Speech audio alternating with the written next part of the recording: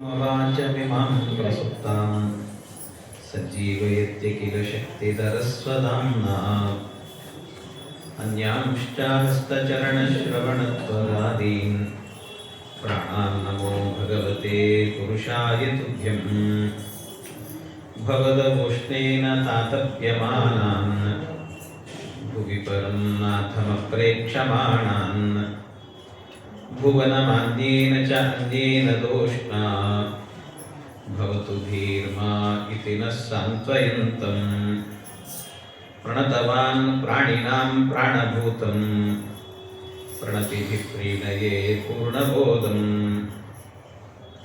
तपो विद्या विरक्त्यादि सद्गुणौगाकरानहं वादिराजगुरून् वन्दे हयग्रीवपदाश्रयान् मूकोऽपि यत्प्रसादेन मुकुन्दशयनायते राजराजायते रिक्तो राघवेन्द्रं तमाश्रये अनवद्यात्मचारित्रं वादिकद्योतभास्करं विद्यामान्यगुरुं वन्दे विद्याविद्योतभास्वरम् तपस्वाध्यायशुश्रूषा कृष्णपूजारतं मुनिम् विश्वेशमिष्टदं वन्दे परिव्राट् चक्रवर्तिनम् जन्माद्यस्य यतोऽन्वयादितरतश्चार्तेष्वभिज्ञस्वराट् तेने ब्रह्महृदाय आदिकवये मुह्यन्ति यं सूरयः तेजो वारिमृदां यथा विनिमयो यत्र त्रिसर्गो मृषा धाम्ना स्वेन सदा निरस्तकुहकं सत्यं परं धीमहि यं प्रौरजन्तमनुपेतमपेतकृत्यं द्वैपायनो विरहकातर आजुहाव पुत्रेति तन्मयतया तरवोऽपि नेदुः तं सर्वभूतहृदयं मुनिमानतोऽस्मि निगमकल्पतरोर्गणितं फलं शुकमुखादमृतद्रवसंयुतं पिबत भागवतं रसमालयं मुहुरहो रसिका भुवि भावुकाः हरिकथामೃತಸಾರಗುರುಗಳ ಕರುಣದಿಂದಾಪನಿತು ಪರಮ ಭಗವದ್ಭಕ್ತರಿದನಾದರದಿ ಕೇಳುವುದು. ಶ್ರೀ ಗುರುಭ್ಯೋ ನಮಃ. ಹರಿ ಓಂ ಹರಿ ಓಂ ಹರಿ ಓಂ.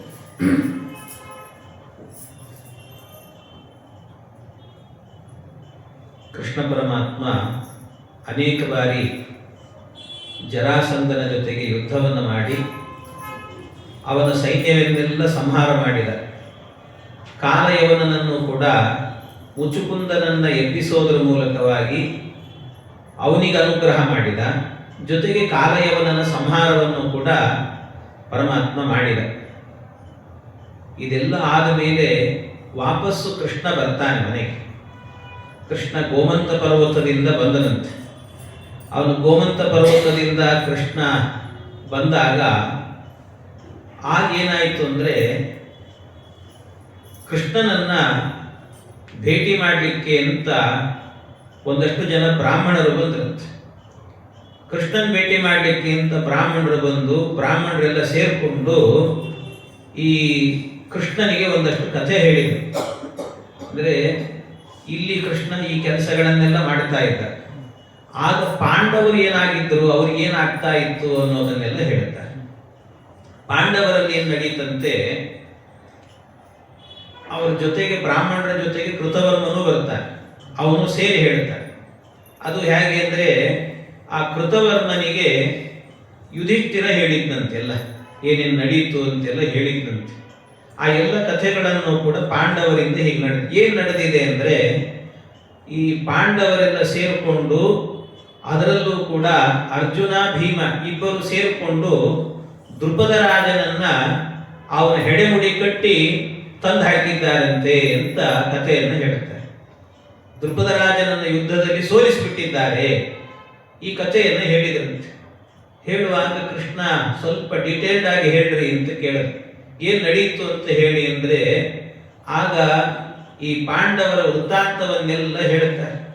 ಏನ್ ನಡೀತು ಅಂದ್ರೆ ಈ ದ್ರೋಣಾಚಾರ್ಯರಿದ್ರಲ್ವ, ದ್ರೋಣಾಚಾರ್ಯರಿಗೋಸ್ಕರವಾಗಿ ಈ ಪಾಂಡವರೇನ್ ಮಾಡಿದ್ರಂತೆ, ಅವರಿಗೋಸ್ಕರವಾಗಿ ದ್ರುಪದ ರಾಜನನ್ನ ಅವನು ಕಟ್ಟಿ ಎಳ್ಕೊಂಡ್ಬಂದಿದ್ರಂತೆ.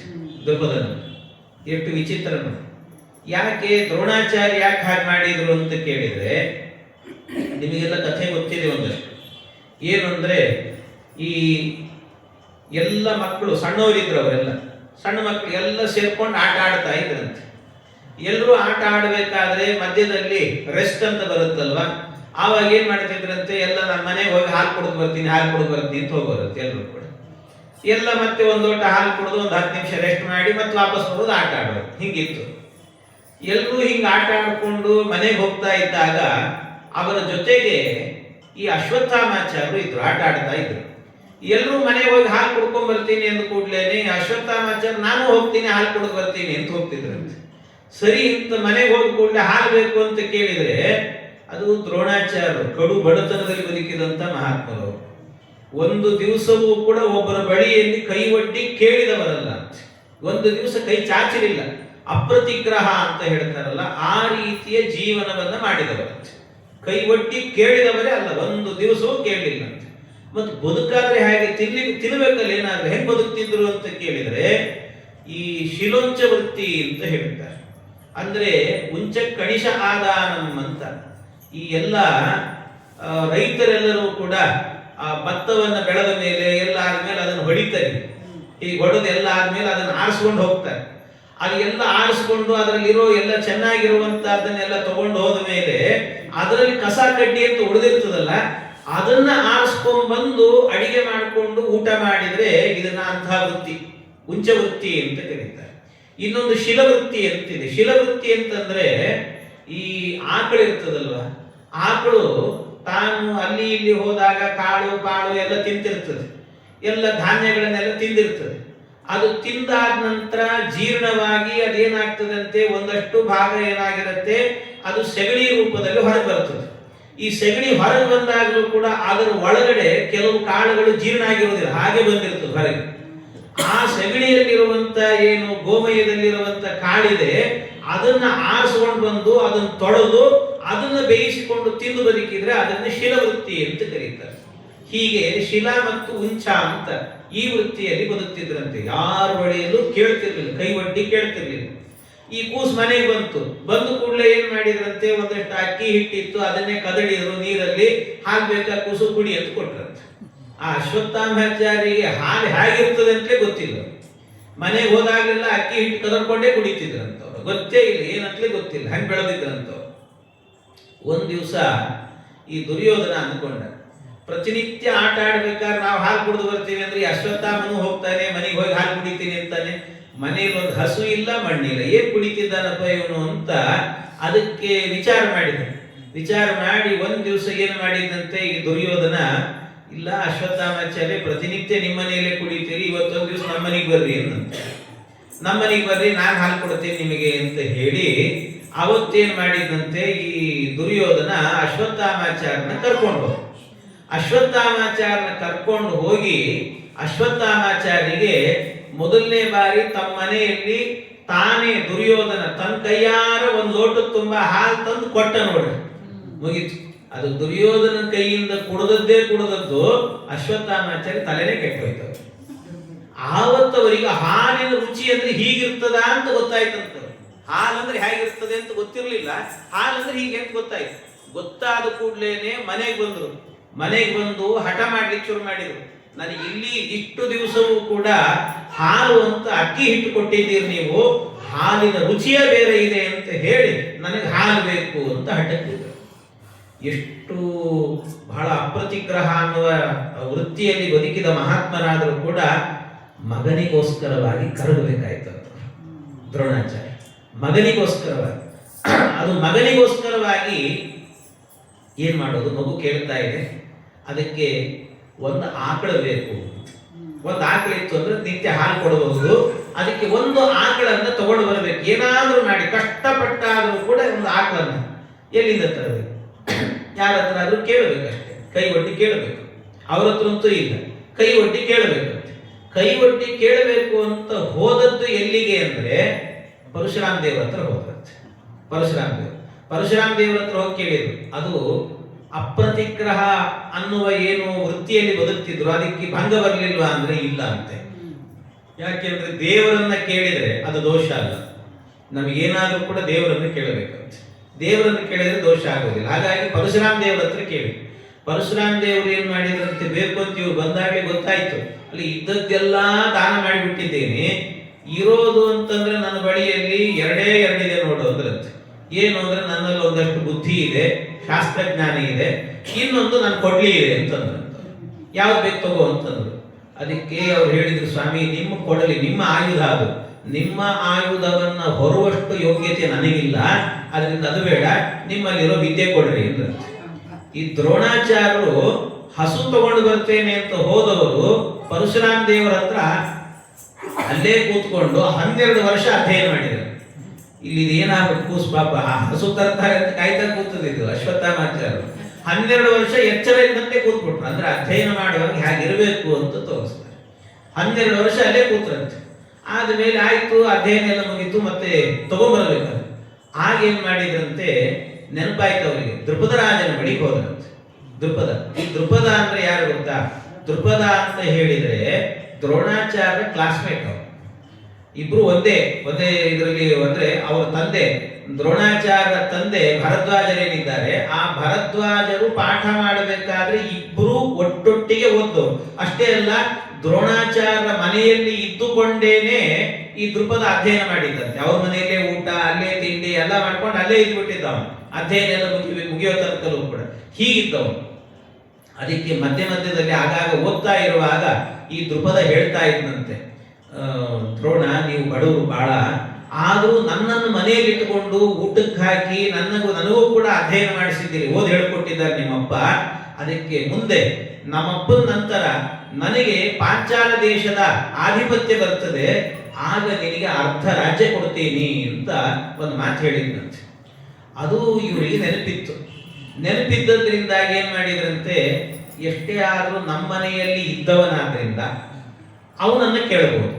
ಇನ್ನೊಂದೇನು ಅಂತಂದ್ರೆ, ಆ ಕಾಲದ ನಿಯಮ ಹೇಗಿತ್ತು ಅಂದ್ರೆ, ಗುರುಗಳಲ್ಲಿ ಯಾರಾದ್ರೂ ಅಧ್ಯಯನವನ್ನ ಮಾಡಿದರೆ ಶಿಷ್ಯ ಏನು ಸಂಪತ್ತನ್ನು ಸಂಪಾದನೆ ಮಾಡಿರ್ತಾನೆ ಅದರ ಮೇಲೆ ಪೂರ್ಣಾಧಿಕಾರ ಗುರುವಿಗಿದೆ ಅಂತ.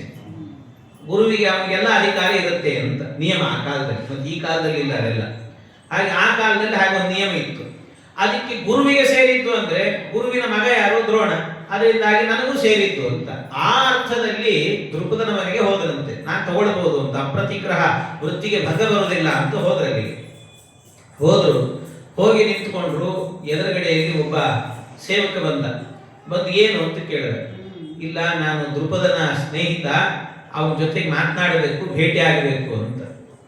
ಅದಕ್ಕೆ ಸರಿ ಆಯ್ತು ಅಂತ ಈ ಸೇವಕ ಏನ್ ಮಾಡಿದಂತೆ, ಒಳಗೆ ಹೋಗಿ ದೃಪದನ ಕರಿಬೇಕಾದ್ರೆ ಏನ್ ಹೇಳಿದಂತೆ ಅವನು, ಸ್ವಾಮಿ ಯಾರೋ ಒಬ್ಬ ಭಿಕ್ಷುಕ ನಿಮ್ಮ ಸ್ನೇಹಿತ ಅಂತೆ ಬಂದಿದ್ದಾನೆ, ನಿಮ್ ಭೇಟಿ ಆಗಬೇಕಂತೆ ಅಂತ ಹೇಳಿ. ಈ ದೃಪದನಿಗೆ ಸಿಟ್ಟು ಬಂತವನಿಗೆ. ಕೆಲವರಿಗೆಲ್ಲ ಹೇಗೆ ಅಂತಂದ್ರೆ, ಮೊದಲು ಏನೂ ಇಲ್ಲದ ಕಾಲದಲ್ಲಿ ನನಗೆ ಬಂತು ಅಂದ್ರೆ ಬೇಕಾದಷ್ಟು ದಾನ ಮಾಡಿಬಿಡ್ತೀನಿ, ಹಾಗಿರ್ತೀನಿ ಹೀಗಿರ್ತೀನಿ ಅಂತ ಬಡಾಯಿ ಕೊಚ್ಚಿಬಿಡ್ತಿರ್ತಾರೆ.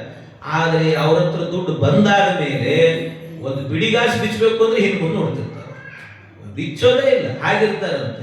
ಅದು ಮೊದಲು ಮಾತ್ರ ಬೇಕಾದಷ್ಟು ದೇವ್ರು ಕೊಡದೇ ಇದ್ದಾಗ ಇದ್ದಿದ್ರೆ ನಾನೇ ಮಾಡಿಬಿಡ್ತಿದ್ದೇನೆ, ಅದು ಇದ್ದಾಗ ಮಾಡ್ಲಿಕ್ಕೆ ಹೋಗುದಿಲ್ಲ. ಅದು ಬುದ್ಧಿ ಹಾಗಿರ್ತದೆ ಮನುಷ್ಯನಿಗೆ. ಆ ರೀತಿ ಅವನಿಗೆ ಆ ಬುದ್ಧಿ ಬಂದು ಹೋಗಿತ್ತು. ಅದರಿಂದ ಹೊರಗೆ ಬಂದವನೇ ದೃಪದ ಏನಂದನಂತೆ, ಅವನು ನೋಡ್ತಾ ಇರುವಾಗ ಅವಮಾನ ಆಗಿತ್ತಲ್ವ, ಭಿಕ್ಷುಕ ಇವನು ನನ್ನ ಸ್ನೇಹಿತ ಅಂತ ಹೇಳ್ಕೊಂಡಿದ್ದಾನೆ ಅಂತ ಹೇಳಿ. ಅದಕ್ಕೆ ಆ ಸೇವಕನ ಎದುರಿಗೆ ಇವನಿಗೆ ಹೇಳಿದಂತೆ, ದ್ರೋಣ ನೀನು ನನ್ನ ಸ್ನೇಹಿತ ಅಂತ ಹೇಳ್ಕೊಂಡು ಬಂದಿದ್ದೀಯಲ್ಲ, ನನಗೆ ಹೇಗೋ ನೀನ್ ಸ್ನೇಹಿತ ಅಂತ. ನೀನೊಬ್ಬ ಭಿಕ್ಷುಕ, ನಾನೊಬ್ಬ ರಾಜ, ನನಗೂ ನಿನಗೂ ಎಲ್ಲಿಂದ ಸ್ನೇಹ ಬರುತ್ತದೋ? ಸ್ನೇಹ ಬರಬೇಕು ಅಂತಾದ್ರೆ ಯಾವಾಗಲೂ ಕೂಡ ಒಂದು ಸ್ವಲ್ಪ ಆದ್ರೂ ಕೂಡ ಸಾಮ್ಯತೆ ಇರಬೇಕಲ್ಲ. ನೀನೆಲ್ಲಿ ನಾನೆಲ್ಲಿ ಅಂತ ಹೀಗೆ ಅವಮಾನ ಮಾಡಿಬಿಟ್ಟು. ಬ್ರಾಹ್ಮಣರಿಗೆ ಇಂಥ ಅವಮಾನ ಮಾಡಬಾರದು ಯಾವಾಗಲೂ ಕೂಡ. ಬ್ರಾಹ್ಮಣರು ಬಂದರು ಅಂತ ಆದ್ರೆ ಗ್ರಹಾಹ ಗಾವಹ ವಿಪ್ರಾಶ್ಚ, ಇವರೆಲ್ಲರೂ ಕೂಡ ಗ್ರಹಾಹ ಗಾವಹ ವಿಪ್ರಾಶ್ಚ, ಗ್ರಹಗಳು, ಮತ್ತೊಂದು ಗೋವುಗಳು, ವಿಪ್ರಾಶ್ಚ ಇವರು ಬ್ರಾಹ್ಮಣರು, ಇವರೆಲ್ಲರನ್ನೂ ಕೂಡ, ಜೊತೆಗೆ ನೃಪತಯಶ್ಚ ರಾಜರುಗಳು, ಇವರನ್ನ ವಿರೋಧ ಮಾಡಿಕೊಳ್ಳಿಕ್ಕೆ ಹೋಗಬಾರ್ದಂತೆ. ಪೂಜಿತಾಹ ಪೂಜಯಿಷ್ಯಂತಿ ನಿರ್ದಹಂತ್ಯವಮಾನಿತಾಹ ಅಂತ ಹೇಳ್ತಾರೆ. ನಾವು ಅವರನ್ನ ಪೂಜ್ಯ ಭಾವದಿಂದ ನೋಡಿದ್ವಿ ಅಂತ ಆದರೆ ಅವು ನಮ್ಮನ್ನು ಸ್ವಲ್ಪ ವಿಶೇಷವಾಗಿ ಅನುಗ್ರಹ ಮಾಡ್ತಾರೆ. ಒಂದು ವೇಳೆ ಬ್ರಾಹ್ಮಣರಿಗೆ ಅವಮಾನ ಮಾಡಿದರೆ ನಿರ್ದಹಂತಿ, ನಮ್ಮ ವಂಶವನ್ನೇ ಸುಟ್ಟು ಬಿಡ್ತಾವತ್ತು. ಆ ರೀತಿ ಇರ್ತಾರೆ. ಆದ್ದರಿಂದ ಅವರನ್ನು ಅವಮಾನ ಮಾಡಬಾರ್ದು. ಇವರು ದ್ರೋಣಾಚಾರ್ಯರಿಗೆ ಸಿಟ್ಟು ಬಂತು ನೋಡ್ರಿ, ಸಿಟ್ಟಿನಿಂದಲೇನೆ ಹಾಗೆ ಹೋದ್ರು, ಮಾಡ್ತೀನಿ ದ್ರುಪದ ನಿನ್ನನ್ನ ಅಂತ. ಅದು ಕಿಚ್ಚು ಒಳಗೆ ಹತ್ಕೊಳ್ತು. ಬ್ರಾಹ್ಮಣರಿಗೆ ಏನಾದರೂ ಕೂಡ ಆದರೂ ತಡ್ಕೊಳ್ತಾ ಇರ್ಬೇಕಾದ್ರೆ ಅದು ಇಂಥದ್ದೆಲ್ಲ ಅವಮಾನ ಆದರೂ ತಡ್ಕೊಡೋದಿಲ್ಲಂತೆ. ಮನಸ್ಸಲ್ಲಿ ಇಟ್ಕೊಂಡ್ಬಿಟ್ರು ಅವರು. ಮನಸ್ಸಲ್ಲಿ ಇಟ್ಕೊಂಡು ಹೋದ್ರು. ಒಳ್ಳೆ ವಿದ್ಯೆ ಇತ್ತು. ಸರಿಯಾಗಿ ಇವ್ರು ಹೋಗಬೇಕಾದ್ರೆ ಏನಾಯ್ತು, ಪಾಂಡವರು ಕೌರವರು ಎಲ್ಲರೂ ಸೇರ್ಕೊಂಡು ಆಟ ಆಡ್ತಿದ್ರಂತೆ, ಚೆಂಡಾಟ ಆಡ್ತಿದ್ರು. ಆ ಚೆಂಡು ಅಕಸ್ಮಾತ್ ಒಂದು ಹಾಳು ಬಾವಿ ಹೋಗಿ ಬಿದ್ದುಬಿಡ್ತು. ಅದನ್ನು ತೆಗಿಲಿಕ್ಕೆ ಅಂತ ಈ ಯುಧಿಷ್ಠಿರ ಕೆಳಗಿಳಿಲಿಕ್ಕೆ ಹೋದ, ಅದು ಆಗಲ್ಲ ಅಂತ ಗೊತ್ತಾಯ್ತು. ಅವನ ಕೈಯಲ್ಲಿರೋ ಉಂಗ್ರನು ಬಿದ್ದು ಹೋಗ್ಬಿಡ್ತಂತೆ. ಇವನಿಗೆ ಗೋಳೇನು ಅಂದ್ರೆ ಆ ಬಾಲ್ ತೆಗಿಯೋದಿರ್ಲಿ, ಚೆಂಡು ತೆಗಿಯೋದಿರ್ಲಿ, ಉಂಗ್ರ ಹೋಯ್ತಲ್ಲ ಅಂತ, ಅದನ್ನು ಉಂಗ್ರ ತೆಗಿಬೇಕು ಅಂತ. ಅಷ್ಟರಲ್ಲಿ ಸರಿಯಾಗಿ ಅಲ್ಲಿಗೆ ದ್ರೋಣಾಚಾರ್ಯ ಬಂದರು. ದ್ರೋಣಾಚಾರ್ಯ ಬಂದವರೇನೆ ಏನ್ ಮಾಡಿದ್ರಂತೆ, ಇದನ್ನ ತೆಗಿಲಿಕ್ಕೆ ಇಷ್ಟು ಒದ್ದಾಡ್ತಾ ಇದ್ದೀರಲ್ಲ ನೀವು ಅಂತ ಹೇಳಿ ಒಂದು ಮಂತ್ರವನ್ನ ಮಾಡಿ, ಒಂದು ಹುಲ್ಕಡ್ಡಿ, ಆ ಹುಲ್ಕಡ್ಡಿಯನ್ನೇ ಮಂತ್ರವನ್ನ ಹೇಳಿ ಒಂದು ಹುಲ್ಕಡ್ಡಿ ಇನ್ನೊಂದು ಹುಲ್ಕಡ್ಡಿಗೆ ಅಂಟುಕೊಳ್ಬೇಕು. ಆ ರೀತಿ ಮಾಡಿ ಹುಲ್ಕಡ್ಡಿಯನ್ನೇ ಹಗ್ಗವನ್ನಾಗಿ ಮಾಡಿ ಉಂಗುರ ಚೆಂಡು ಎಲ್ಲವನ್ನ ತೆಗೆದುಕೊಟ್ರಂತೆ. ಎಲ್ಲ ಬೆರಗಾಗಿ ಹೋದ್ರು ಒಂದ್ಸರ್ತಿ ಕೌರವ ಪಾಂಡವರೆಲ್ಲರೂ ಕೂಡ. ನೋಡಿ ಏನು ಅದ್ಭುತ ಅದ್ಭುತ ಅಂತ. ಈ ಸುದ್ದಿ ಏನಾಯ್ತು, ಭೀಷ್ಮಾಚಾರ್ಯ ಗೊತ್ತಾಯ್ತು. ಕೂಡಲೇ ಭೀಷ್ಮಾಚಾರ್ಯ ಓಡಿ ಬಂದು ಇವರು ದ್ರೋಣಾಚಾರ್ಯ ಅಂತ ಗೊತ್ತಾಗಿ ಅವರನ್ನು ಕೇಳ್ಕೊಂಡ್ರು, ನಮ್ಮ ಮಕ್ಕಳಿಗೆಲ್ಲ ನೀವೇ ಪಾಠ ಮಾಡಿಬಿಡ್ರಿ ಅಂತ. ಎಲ್ಲ ಪಾಠ ಮಾಡಿದ್ರು, ಎಲ್ಲ ಶಾಸ್ತ್ರ ಎಲ್ಲ ಅಧ್ಯಯನಗಳನ್ನ ಮಾಡಿಸಿದ್ರಂತೆ. ಎಲ್ಲ ಆದ ಮೇಲೆ ಕೇಳಿದ್ರು, ಗುರುಗಳೇ ನಿಮಗೆ ನಾವೇನು ಗುರುದಕ್ಷಿಣೆ ಕೊಡಬೇಕು ಅಂತ. ಅವಾಗಲಾದ್ರೂ ಕೇಳ್ಬಿಡ್ಬೋದಿತ್ತು, ಇಲ್ಲ ಒಂದು ಆಕಳು ಕೊಡ್ರಿ ಸಾಕು ನಮ್ಮ ಮಗನಿಗೆ ಆಗ್ತದೆ ಅಂತ ಕೇಳ್ಬೋದಿತ್ತು. ಇಲ್ಲ, ಕಿಚ್ಚಿಟ್ಕೊಂಡ್ಬಿಟ್ಟಿದ್ರು ಅವರು. ಕಿಚ್ಚಿಟ್ಕೊಂಡಿದ್ರು. ಆದ್ರಿಂದ ಏನ್ ಹೇಳಿದ್ರು ಅವರು, ಏನಿಲ್ಲ ನನಗೆ ಗುರುದಕ್ಷಿಣೆ ನಿಮಗೆ ಕೊಡಬೇಕು ಅಂತ ಅನಿಸಿದ್ರೆ ದ್ರುಪದ ರಾಜ ಇದ್ದಾನಲ್ಲ ಅವನ ಹೆಡೆಮುಡಿಯನ್ನ ಕಟ್ಟಿ ನನ್ನ ಪಾದಕ್ಕೆ ಹಾಕಬೇಕು ಅಂತ ಹೇಳಿ. ಹೆಂಗ್ ಸಿಟ್ಟಿಟ್ಕೊಳ್ತಾರೋ ಆ ರೀತಿ ನನ್ನ ಪಾದಕ್ಕೆ ಹಾಕಬೇಕು ಅಂತ. ಸರಿ ಆಯ್ತು ಅಂತ ಹೇಳಿ ಎಲ್ಲ ಕೌರವರೆಲ್ಲ ಹೋಗ್ತಾರೆ. ಮೊದಲು ಹೋದ್ರೆ ದ್ರುಪದ ಹಣ್ಣುಗಾಯಿ ನೀರ್ಗಾಯಿ ಮಾಡಿ ಕಳಿಸ್ಬಿಡ್ತಾನೆ, ಅವರು ಹೊಡೆದಾಕ್ಬಿಡ್ತಾನೆ ಚೆನ್ನಾಗಿ. ಕಡೆಗೆ ಇವ್ರಿಗೆ ಆಗಲ್ಲ ಅಂತ ಗೊತ್ತಾಯ್ತು. ಆಮೇಲೆ ಭೀಮ ಅರ್ಜುನ ಇಬ್ರು ಹೋಗ್ತಾರೆ. ಇಬ್ರು ಹೋಗಿ ಎಲ್ಲರನ್ನೂ ಕೂಡ ಹೊಡೆದು ದ್ರುಪದನ ಹೆಡೆಮುಡಿಯನ್ನ ಕಟ್ಟಿ ದ್ರೋಣಾಚಾರ್ಯ ಪಾದದ ಬುಡಕ್ಕೆ ಹಾಕಿದ್ರಂತೆ. ಪಾದದ ಬುಡಕ್ಕೆ ಹಾಕಿದಾಗ ಆಗ ದ್ರೋಣಾಚಾರ್ಯ ಕೇಳ್ತಾರೆ, ದ್ರುಪದ ನಾನು ಬಂದಾಗ ನೀನೇನೋ ಮಾತಾಡಿದಿ, ಈಗ ಹೇಳು, ನಾನು ನಿನ್ನನ್ನು ಕೇಳ್ತಾ ಇದ್ದೀನಿ, ನೀನ್ ನನ್ನ ಸ್ನೇಹಿತ ಹೌದು ಅಲ್ವೋ ಅಂತ ಕೇಳಿದ್ರು. ನೀನ್ ನನ್ನ ಸ್ನೇಹಿತ ಹೌದು. ಆಗ್ಲೂ ಅವನಿಗೆ ಅಲ್ಲ ಅಂತ ಹೇಳಬೇಕು ಅಂತಿತ್ತು. ಆದ್ರೆ ಹೇಳಿದ್ರೆ ಅಕ್ಕಪಕ್ಕದಲ್ಲಿ ಒಂದ್ ಕಡೆ ಅರ್ಜುನ ಇನ್ನೊಂದ್ ಕಡೆ ಭೀಮ ನಿಂತಿದ್ದ. ಒಂದು ವೇಳೆ ಅಲ್ಲ ಅಂದ್ರೆ ಒಂದು ಬಿಡ್ತಿದ್ರು ಅಲ್ಲೇನೆ, ಮತ್ತೆ ಕೆಳಗೆ ಬೀಳ್ತಿದ್ದ. ಅದು ಹೆದರಿಕಿತ್ತು ಅವನಿಗೆ. ಭೀಮನಿಗೆ ಏಟು ತಡ್ಕೊಳ್ಳಿಕ್ಕಾಗಿರ್ಲಿಲ್ಲ. ಅದಕ್ಕೋಸ್ಕರವಾಗಿ ಮತ್ತೆ ಎಲ್ಲಿ ಹೊಡಿತಾರೋ ಅಂತ ಹೆದರಿಕೆಯಿಂದ ಹೌದು ಅಂದ. ಹೌದು ಅಂದಾಗ ಆಗ ದ್ರೋಣಾಚಾರ್ಯ ಹೇಳ್ತಾರೆ, ನೋಡು ಇವತ್ತು ನೀನು ನನ್ನ ಪಾದದ ಬುಡದಲ್ಲಿ ಬಿದ್ದಿದ್ದಿ ಅಂದ್ರೆ ಇಡೀ ಪಾಂಚಾಲ ದೇಶ ನನ್ನ ಪಾದದ ಅಡಿಯಲ್ಲಿದೆ. ನನ್ನ ಪಾದದ ಕೆಳಗಿರೋದ್ರಿಂದಾಗಿ ಇವತ್ತು ನಾನು ನಿನಗೆ ಭಿಕ್ಷೆಯನ್ನು ಕೊಡ್ತಾ ಇದ್ದೇನೆ. ಅರ್ಧ ಪಾಂಚಾಲ ರಾಜ್ಯವನ್ನ ನೀನಾಡು, ಅರ್ಧ ಪಾಂಚಾಲ ರಾಜ್ಯ ನನಗಿರಲಿ ಅಂತ ನಿನಗೆ ಭಿಕ್ಷೆ ರೂಪದಲ್ಲಿ ಕೊಡ್ತಿದ್ದೀನಿ, ತಗೊಂಡು ಹೋಗು ಅಂತ ಹೇಳಿದ್ರಂತೆ. ಎಂಥ ಕಿಚ್ಚು! ಹಾಗೆ ಮಾಡಿ ಕಳಿಸಿದ್ರಂತೆ. ಇದೆಲ್ಲ ನಡೆಯಿತು ಅಂತ ಕೃಷ್ಣನಿಗೆ ಹೇಳಿದ್ರು. ಆಮೇಲೆ ಇವನೇನ್ ಮಾಡಿದ ದ್ರುಪದ, ಅಲ್ಲಿಗೆ ಬಿಡ್ಲಿಲ್ಲ ಅವನು ದ್ರುಪದ. ಆ ದ್ರುಪದ ಏನ್ ಮಾಡಿದಂತೆ, ಮತ್ತೆ ವಿಶೇಷವಾಗಿ ಯಾಜೋಪಯಾಜರು ಅಂತ ಇಬ್ಬರು ಪುರೋಹಿತರಿದ್ರು, ಯಾಜ ಉಪಯಾಜ ಅಂತ. ಆ ಪುರೋಹಿತರು ಸಾಮಾನ್ಯ ಪೆಟ್ಟಿಗೆ ಸಿಗೋರಲ್ಲ ಅವರು. ಅಂದ್ರೆ ಅವ್ರು ಏನಾದ್ರೂ ಹೋಮ ಮಾಡಿಸಿದ್ರೆ ಫಲ ಕೊಟ್ಟೇ ಕೊಡುತ್ತದೆ ಅಂತ. ಅವ್ರು ಮತ್ತೆ ಅವರು ಸಣ್ಣ ದಕ್ಷಿಣೆ ಕೊಡ್ತೀನಿ ಅಂದ್ರೆ ಬರೋದಲ್ಲ ಅವರು. ಅವ್ರು ಬಂದ್ರು ಅಂತಂದ್ರೆ ಲಾಟ್ಗಟ್ಲಿನೇ ದಕ್ಷಿಣೆ ಕೊಡ್ಬೇಕಂತ ಅವ್ರು. ಅಂತ ಪುರೋಹಿತರು ಅವರು. ಆ ಪುರೋಹಿತರು ಸಿಕ್ಕರು. ಅವ್ರಿಗೆ ಹೇಳಿದ್ರಂತೆ, ನಿಮಗೆ ಎಷ್ಟು ಬೇಕೋ ಅಷ್ಟು ಹಸುಗಳನ್ನು ಕೊಡ್ತೇನೆ ಅಂತ. ಈ ಕೆಲಸ ಒಂದು ಹಸುನೇ ಮೊದಲು ಕೊಟ್ಟಿದ್ರೆ ಆಗೋಗ್ತಿತ್ತ. ಇವ್ರಿಗೆ ಹೇಳ್ತಿದ್ದಾರೆ ಮತ್ತೆ, ನಿನಗೆ ಎಷ್ಟು ಬೇಕೋ ಅಷ್ಟು ಹಸುಗಳನ್ನು ಕೊಡ್ತೀನಿ, ಕೋಟಿ ಬೇಕಾ 100 ಬೇಕು, ಎಷ್ಟು ಬೇಕು ನಿನಗೆ ಕೊಡ್ತೀನಿ ಅಂತೆ. ಒಂದು ಒಳ್ಳೆ ಹೋಮ ಮಾಡಬೇಕು. ಏನ್ ಹೋಮ ಆಗಬೇಕು ಅಂದ್ರೆ, ಆ ಹೋಮದಿಂದಾಗಿ ದ್ರೋಣಾಚಾರ್ಯರನ್ನ ಕೊಲ್ಲುವಂತ ಒಬ್ಬ ಮಗ ಹುಟ್ಟಬೇಕು. ಈ ದ್ರೋಣಾಚಾರ್ಯ ಬಂದಾಗಲೇ ಒಂದು ಹಸು ಕೊಟ್ಟು ಕಳಿಸ್ಬಿಟ್ಟಿದ್ರೆ ಮುಗ್ದೇ ಹೋಗ್ತಿತ್ತು. ನಿಮಗೆ ಸಾವಿರಾರು ಹಸು ಕೊಡ್ತೀನಂತೆ. ಆಗೆಲ್ಲ ದಕ್ಷಿಣೆ ಅಂದ್ರೆ ಹಸುಗಳು ಕೊಡೋದೆ, ದೊಡ್ಡ ದೊಡ್ಡ ಹಸುಗಳು. ಆ ಹಸು ಇದ್ರೆ ಸಂಪತ್ತು ಅಂತ ಹಾಗೆ ಹೇಳಿದ್ನಂತೆ. ಅದಕ್ಕೆ ಆಯ್ತು ಅಂತ ಇವ್ರು ಯಾಗ ಮಾಡಿದ್ರು. ಯಾಗ ಎಲ್ಲ ಆದ ಕೂಡಲೇ ಅಗ್ನಿಯಿಂದಲೇ ಒಬ್ಬ ಬಂದ, ಅವನ ಹೆಸರು ದೃಷ್ಟದ್ಯುಮ್ನ ಅಂತ. ಅವನು ಬಂದು ಕೂಡ್ಲೇನೆ ಅವನು ಕೇಳಿದ್ನಂತೆ ಏನ್ ಮಾಡು. ಅವನು ತಾರುಣ್ಯದಿಂದಲೇ ಬಂದ. ಏನ್ ಮಾಡ್ಬೇಕು? ದ್ರೋಣನನ್ನು ಕೊಲ್ಲಬೇಕು ನೀನು ಅಂತ. ಅದಕ್ಕೆ ಮೊದಲು ವಿದ್ಯೆ ಕಲಿಬೇಕಲ್ಲ, ಅಸ್ತ್ರವಿದ್ಯೆ ಬರಬೇಕಲ್ಲ ನನಗೆ ಅಂತ. ಅದಕ್ಕೆ ಅಸ್ತ್ರವಿದ್ಯೆ ಕಲಿ ಅಂತಂದ್ರು. ಎಲ್ಲಿ ಕಲಿಬೇಕು ಅಂತ. ಅದಕ್ಕೆ ಎಲ್ಲಿ ಕಲಿಯೋದಂದ್ರೆ ಆ ಯಾಜೋಪಯಾಗರು ಎಲ್ಲ ಸೇರ್ಕೊಂಡು ಹೇಳಿದ್ರಂತೆ ದ್ರೋಣಾಚಾರ್ಯ ಹತ್ರ ಕಲಿ, ದ್ರೋಣಾಚಾರ್ಯ ಹತ್ರ ಕಲಿ ನೀನು ಅಂತ. ಆ ಬ್ರಾಹ್ಮಣ ಎಂತ ಬ್ರಾಹ್ಮಣ ಅಂತೀರಿ. ವಿದ್ಯೆ ಅಂತ ಬಂದ್ರೆ ಎಂಥವ್ರಿಗೂ ಬ್ರಾಹ್ಮಣರು ಯಾರಾದ್ರೂ ವಿದ್ಯೆ ಅಂತ ಬಂದಾಗ ಎಷ್ಟು ನಿಸ್ವಾರ್ಥದಿಂದ ಪಾಠ ಮಾಡಬೇಕು ಅನ್ನೋದಕ್ಕೆ ದ್ರೋಣಾಚಾರ್ಯ ನಿದರ್ಶನ. ದ್ರೋಣಾಚಾರ್ಯ ಬೆಳಿಗ್ಗೆ ಈ ದೃಷ್ಟದ್ಯುಮ್ನ ಹೋಗಿ ಸ್ವಾಮಿ ನನಗೆ ಪಾಠ ಮಾಡ್ರಿ ಅಂತ. ಏನ್ ಪಾಠ? ನನಗೆ ಶಸ್ತ್ರಾಧ್ಯಯನ ಆಗಬೇಕು ಅಂತ. ಯಾಕೆ ಅಂತ ಕೇಳಿದ್ರು. ನಿಮ್ಮನ್ನು ಕೊಲ್ಲಿಕ್ಕೆ ಅಂತ. ದ್ರೋಣಾಚಾರ್ಯ ಅಷ್ಟೇ ಸಂತೋಷದಿಂದ ಬಾಪ ಅಂತ ಹೇಳ್ಕೊಡ್ತಾರೆ. ಅವರಲ್ಲಿ ಪಾಠವನ್ನು ಕಲ್ತು ಅವರನ್ನು ಕೊಂದ. ಇಂಥ ಸ್ಥಿತಿ ಹೀಗೆಲ್ಲ ಇದು ನಡೆದಿದೆ ಅಂತ ಈ ವಿಷಯವನ್ನೆಲ್ಲವನ್ನು ಕೂಡ ಕೃತವರ್ಮ ಬಂದು ಕೃಷ್ಣನಿಗೆ ಇಷ್ಟು ವಿಚಾರಗಳನ್ನು ಕೂಡ ಹೇಳ್ತಾರೆ. ಇಷ್ಟು ವಿಚಾರಗಳೆಲ್ಲ ಹೇಳಿದಾಗ ಸಂತೋಷ ಆಯ್ತು ಅವನಿಗೆ. ಇಷ್ಟು ಸಂತೋಷ ಆಗ್ತಾ ಇದ್ದಂತೇನೆ ಭಗವಂತನಿಗೆ ಏನಾಯ್ತಂತೆ, ಅವನು ಮೊದಲೇ ಮದುವೆ ಆಗಿತ್ತು ಕೃಷ್ಣನಿಗೆ, ಅದರ ವಿಸ್ತಾರವನ್ನು ಮುಂದೆ ಹೇಳ್ತಾರೆ. ಆದ್ರೆ ಈ ಬಲರಾಮನಿಗೆ ಒಂದು ಮದುವೆ ಆಗಬೇಕು ಅಂತಿತ್ತು ಕೃಷ್ಣನಿಗೆ. ಬೇಗ ಬಲರಾಮನಿಗೂ ಕೂಡ, ಯಾಕೆಂದ್ರೆ ನನಗೆ ಮದುವೆ ಆಗ್ತಿದ್ದಾಗ ಅವನಿಗೆ ಆಗ್ತಾ ಇಲ್ಲ, ಅಣ್ಣನಿಗೆ ಅಂತ ಹೇಳಿ ಬೈತಾರೆ ಅಂತ ಹೇಳಿ ಬಲರಾಮನಿಗೂ ಒಂದು ಮದುವೆ ಆಗಬೇಕು ಅಂತಿತ್ತಂತೆ. ಅದಕ್ಕೆ ಬಲರಾಮನಿಗೆ ಏನಾಯ್ತು, ರೇವತೋ ನಾಮ ರಾಜಾಸೌ ಬ್ರಹ್ಮಣ ಚೋದಿತಕ್ಕತಂ ತದಹಂ ಶ್ರೋತುಮಿಚ್ಛಾಮಿ ವಿಸ್ತರೇಣ ಮಹಾಮುನೆ. ರೇವತೋ ನಾಮ ರಾಜಾಸೀತ್ ಪುರಾ ಧರ್ಮಾರ್ಥ ತತ್ವವಿತ್ ರೇವತಿ ನಾಮ ತಸ್ಯೈಕ ಜಜ್ಞೆ ಕನ್ಯಾ ಯಶಸ್ವಿನಿ. ಏನಾಗಿತ್ತಂತೆ, ಈ ರೇವತ ಅಂತ ಒಬ್ಬ ರಾಜ ಇದ್ದಂತೆ. ರೇವತ ಅಂತ ಕೆಲವು ಕಡೆ ಹೇಳ್ತಾರೆ, ರೈವತ ಅಂತಲೂ ಕೂಡ ಕರೀತಾರೆ ಅವನನ್ನ. ಅಂತೂ ಏನೊಂದು ಸಣ್ಣ ಅಕ್ಷರ ವ್ಯತ್ಯಾಸ ಅಷ್ಟೇ. ಅಂತೂ ರೇವತ ಅಂತ ಒಬ್ಬ ರಾಜ. ಆ ರಾಜನಿಗೆ ಒಬ್ಬ ಮಗಳಿದ್ದಂತೆ. ಅವಳ ಹೆಸರು ರೇವತಿ ಅಂತ ಹೆಸರಂತೆ, ರೇವತಿ ಅಂತ. ಈ ರೇವತಿ ಅನ್ನುವಂತ ಮಗಳು ಪರಮ ಸುಂದರಿ ಇದ್ದಂತೆ. ಕಂಡವರೆಲ್ಲ ನಮಗ್ ಕನ್ಯೆ ಕೊಡ್ರಿ ಅಂತ ಕೇಳ್ತಿದ್ರಂತೆ. ಬಹಳ ಮಂದಿ ಕೇಳ್ತಿದ್ರು. ಇಷ್ಟು ಕನ್ಯೆ ಕೊಡ್ರಿ ಅಂತ ಕೇಳ್ತಾ ಇದ್ರೆ ಇವನಿಗೆ ಸಮಸ್ಯೆ ಏನು ಅಂದ್ರೆ, ನಾವೇನೋ ಕನ್ಯೆ ಕೊಟ್ಬಿಡೋದು, ಆಮೇಲೆ ಗಂಡನ ಜೊತೆಗೇನೋ ಗಲಾಟೆ ಮಾಡಿಕೊಂಡು ಸಮಸ್ಯೆ ಮಾಡ್ಕೊಂಡ್ಬಿಡೋದು. ಇದೆಲ್ಲ ಯಾಕೆ ಬೇಕು? ಅದಕ್ಕೆ ಸರಿಯಾಗಿ ಜಾತಕವನ್ನ ನೋಡಿಕೊಡ್ಬೇಕು ಅಂತ ವಿಚಾರ ಮಾಡಿದ್ರು. ಜಾತಕ ನೋಡಿಕೊಡಬೇಕು ಅಂತ ವಿಚಾರ ಮಾಡಿ ಏನ್ ಮಾಡಿದ್ರಂತೆ, ಈ ರೇವತ ಯಾರ್ಯಾರ ಹಣೆ ಬರಹ ಏನು ಅಂತ ಜ್ಯೋತಿಷಿಗಳು ಹಿಂಗೆ ಹೇಳಿಬಿಡ್ತಾರೆ, ಗೊತ್ತಾಗಲ್ಲ ಅವ್ರಿಗೂ ಕೂಡ ಸರಿಯಾಗಿ. ಎಲ್ಲರ ಹಣೆ ಬರಹವನ್ನ ಬರೆದದ್ದು ಯಾರು ಅಂದ್ರೆ ಚತುರ್ಮುಖ ಬ್ರಹ್ಮದೇವರು. ಆದ್ರಿಂದ ಚತುರ್ಮುಖ ಬ್ರಹ್ಮದೇವರ ಬಳಿಗೇನೆ ಹೋಗಿ ಇವಳಿಗೆ ಸರಿಯಾದ ಗಂಡ ಯಾರು ಅಂತ ಅವನೇ ಕೇಳಿ ಡಿಸೈಡ್ ಮಾಡ್ಕೊಂಡ್ ಬಂದ್ಬಿಡೋಣ ಅಂತ ಮಗಳನ್ನ ಕರ್ಕೊಂಡೇ ಹೋಗಿಬಿಡ್ತಂತ. ಮಗಳನ್ನ ಕರ್ಕೊಂಡೇ ಹೋದ. ಆ ಮಗಳನ್ನ ಕರ್ಕೊಂಡು ಹೋದ್ನಲ್ವಾ, ಆ ಮಗಳನ್ನ ಕರ್ಕೊಂಡು ಹೋದಾಗ ಬ್ರಹ್ಮದೇವರ ಲೋಕಕ್ಕೆ, ಚತುರ್ಮುಖ ಬ್ರಹ್ಮ ಸತ್ಯಲೋಕಕ್ಕೆ ಹೋದ.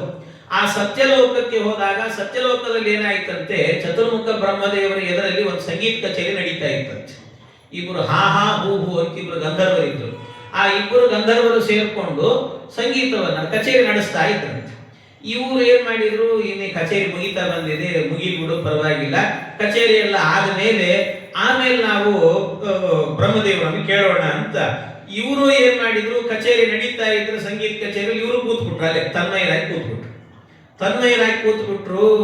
ಜವಾಬ್ದಾರಿ ಒಂದು ಕನ್ಯಾಪಿತರು ಅಂತಾದಾಗ ಕನ್ಯೆಯನ್ನ ಹೆತ್ತಿದ್ದಾರೆ ಅಂದ ಮೇಲೆ ಕಾಲ ಬಂತು ಅಂದ ಕೂಡಲೇ ಅವಳಿಗೆ ವಿವಾಹ ಮಾಡಬೇಕು ಅನ್ನೋ ಎಚ್ಚರ ತಂದೆಯಾದವನಿಗೆ ಇರಬೇಕಂತ.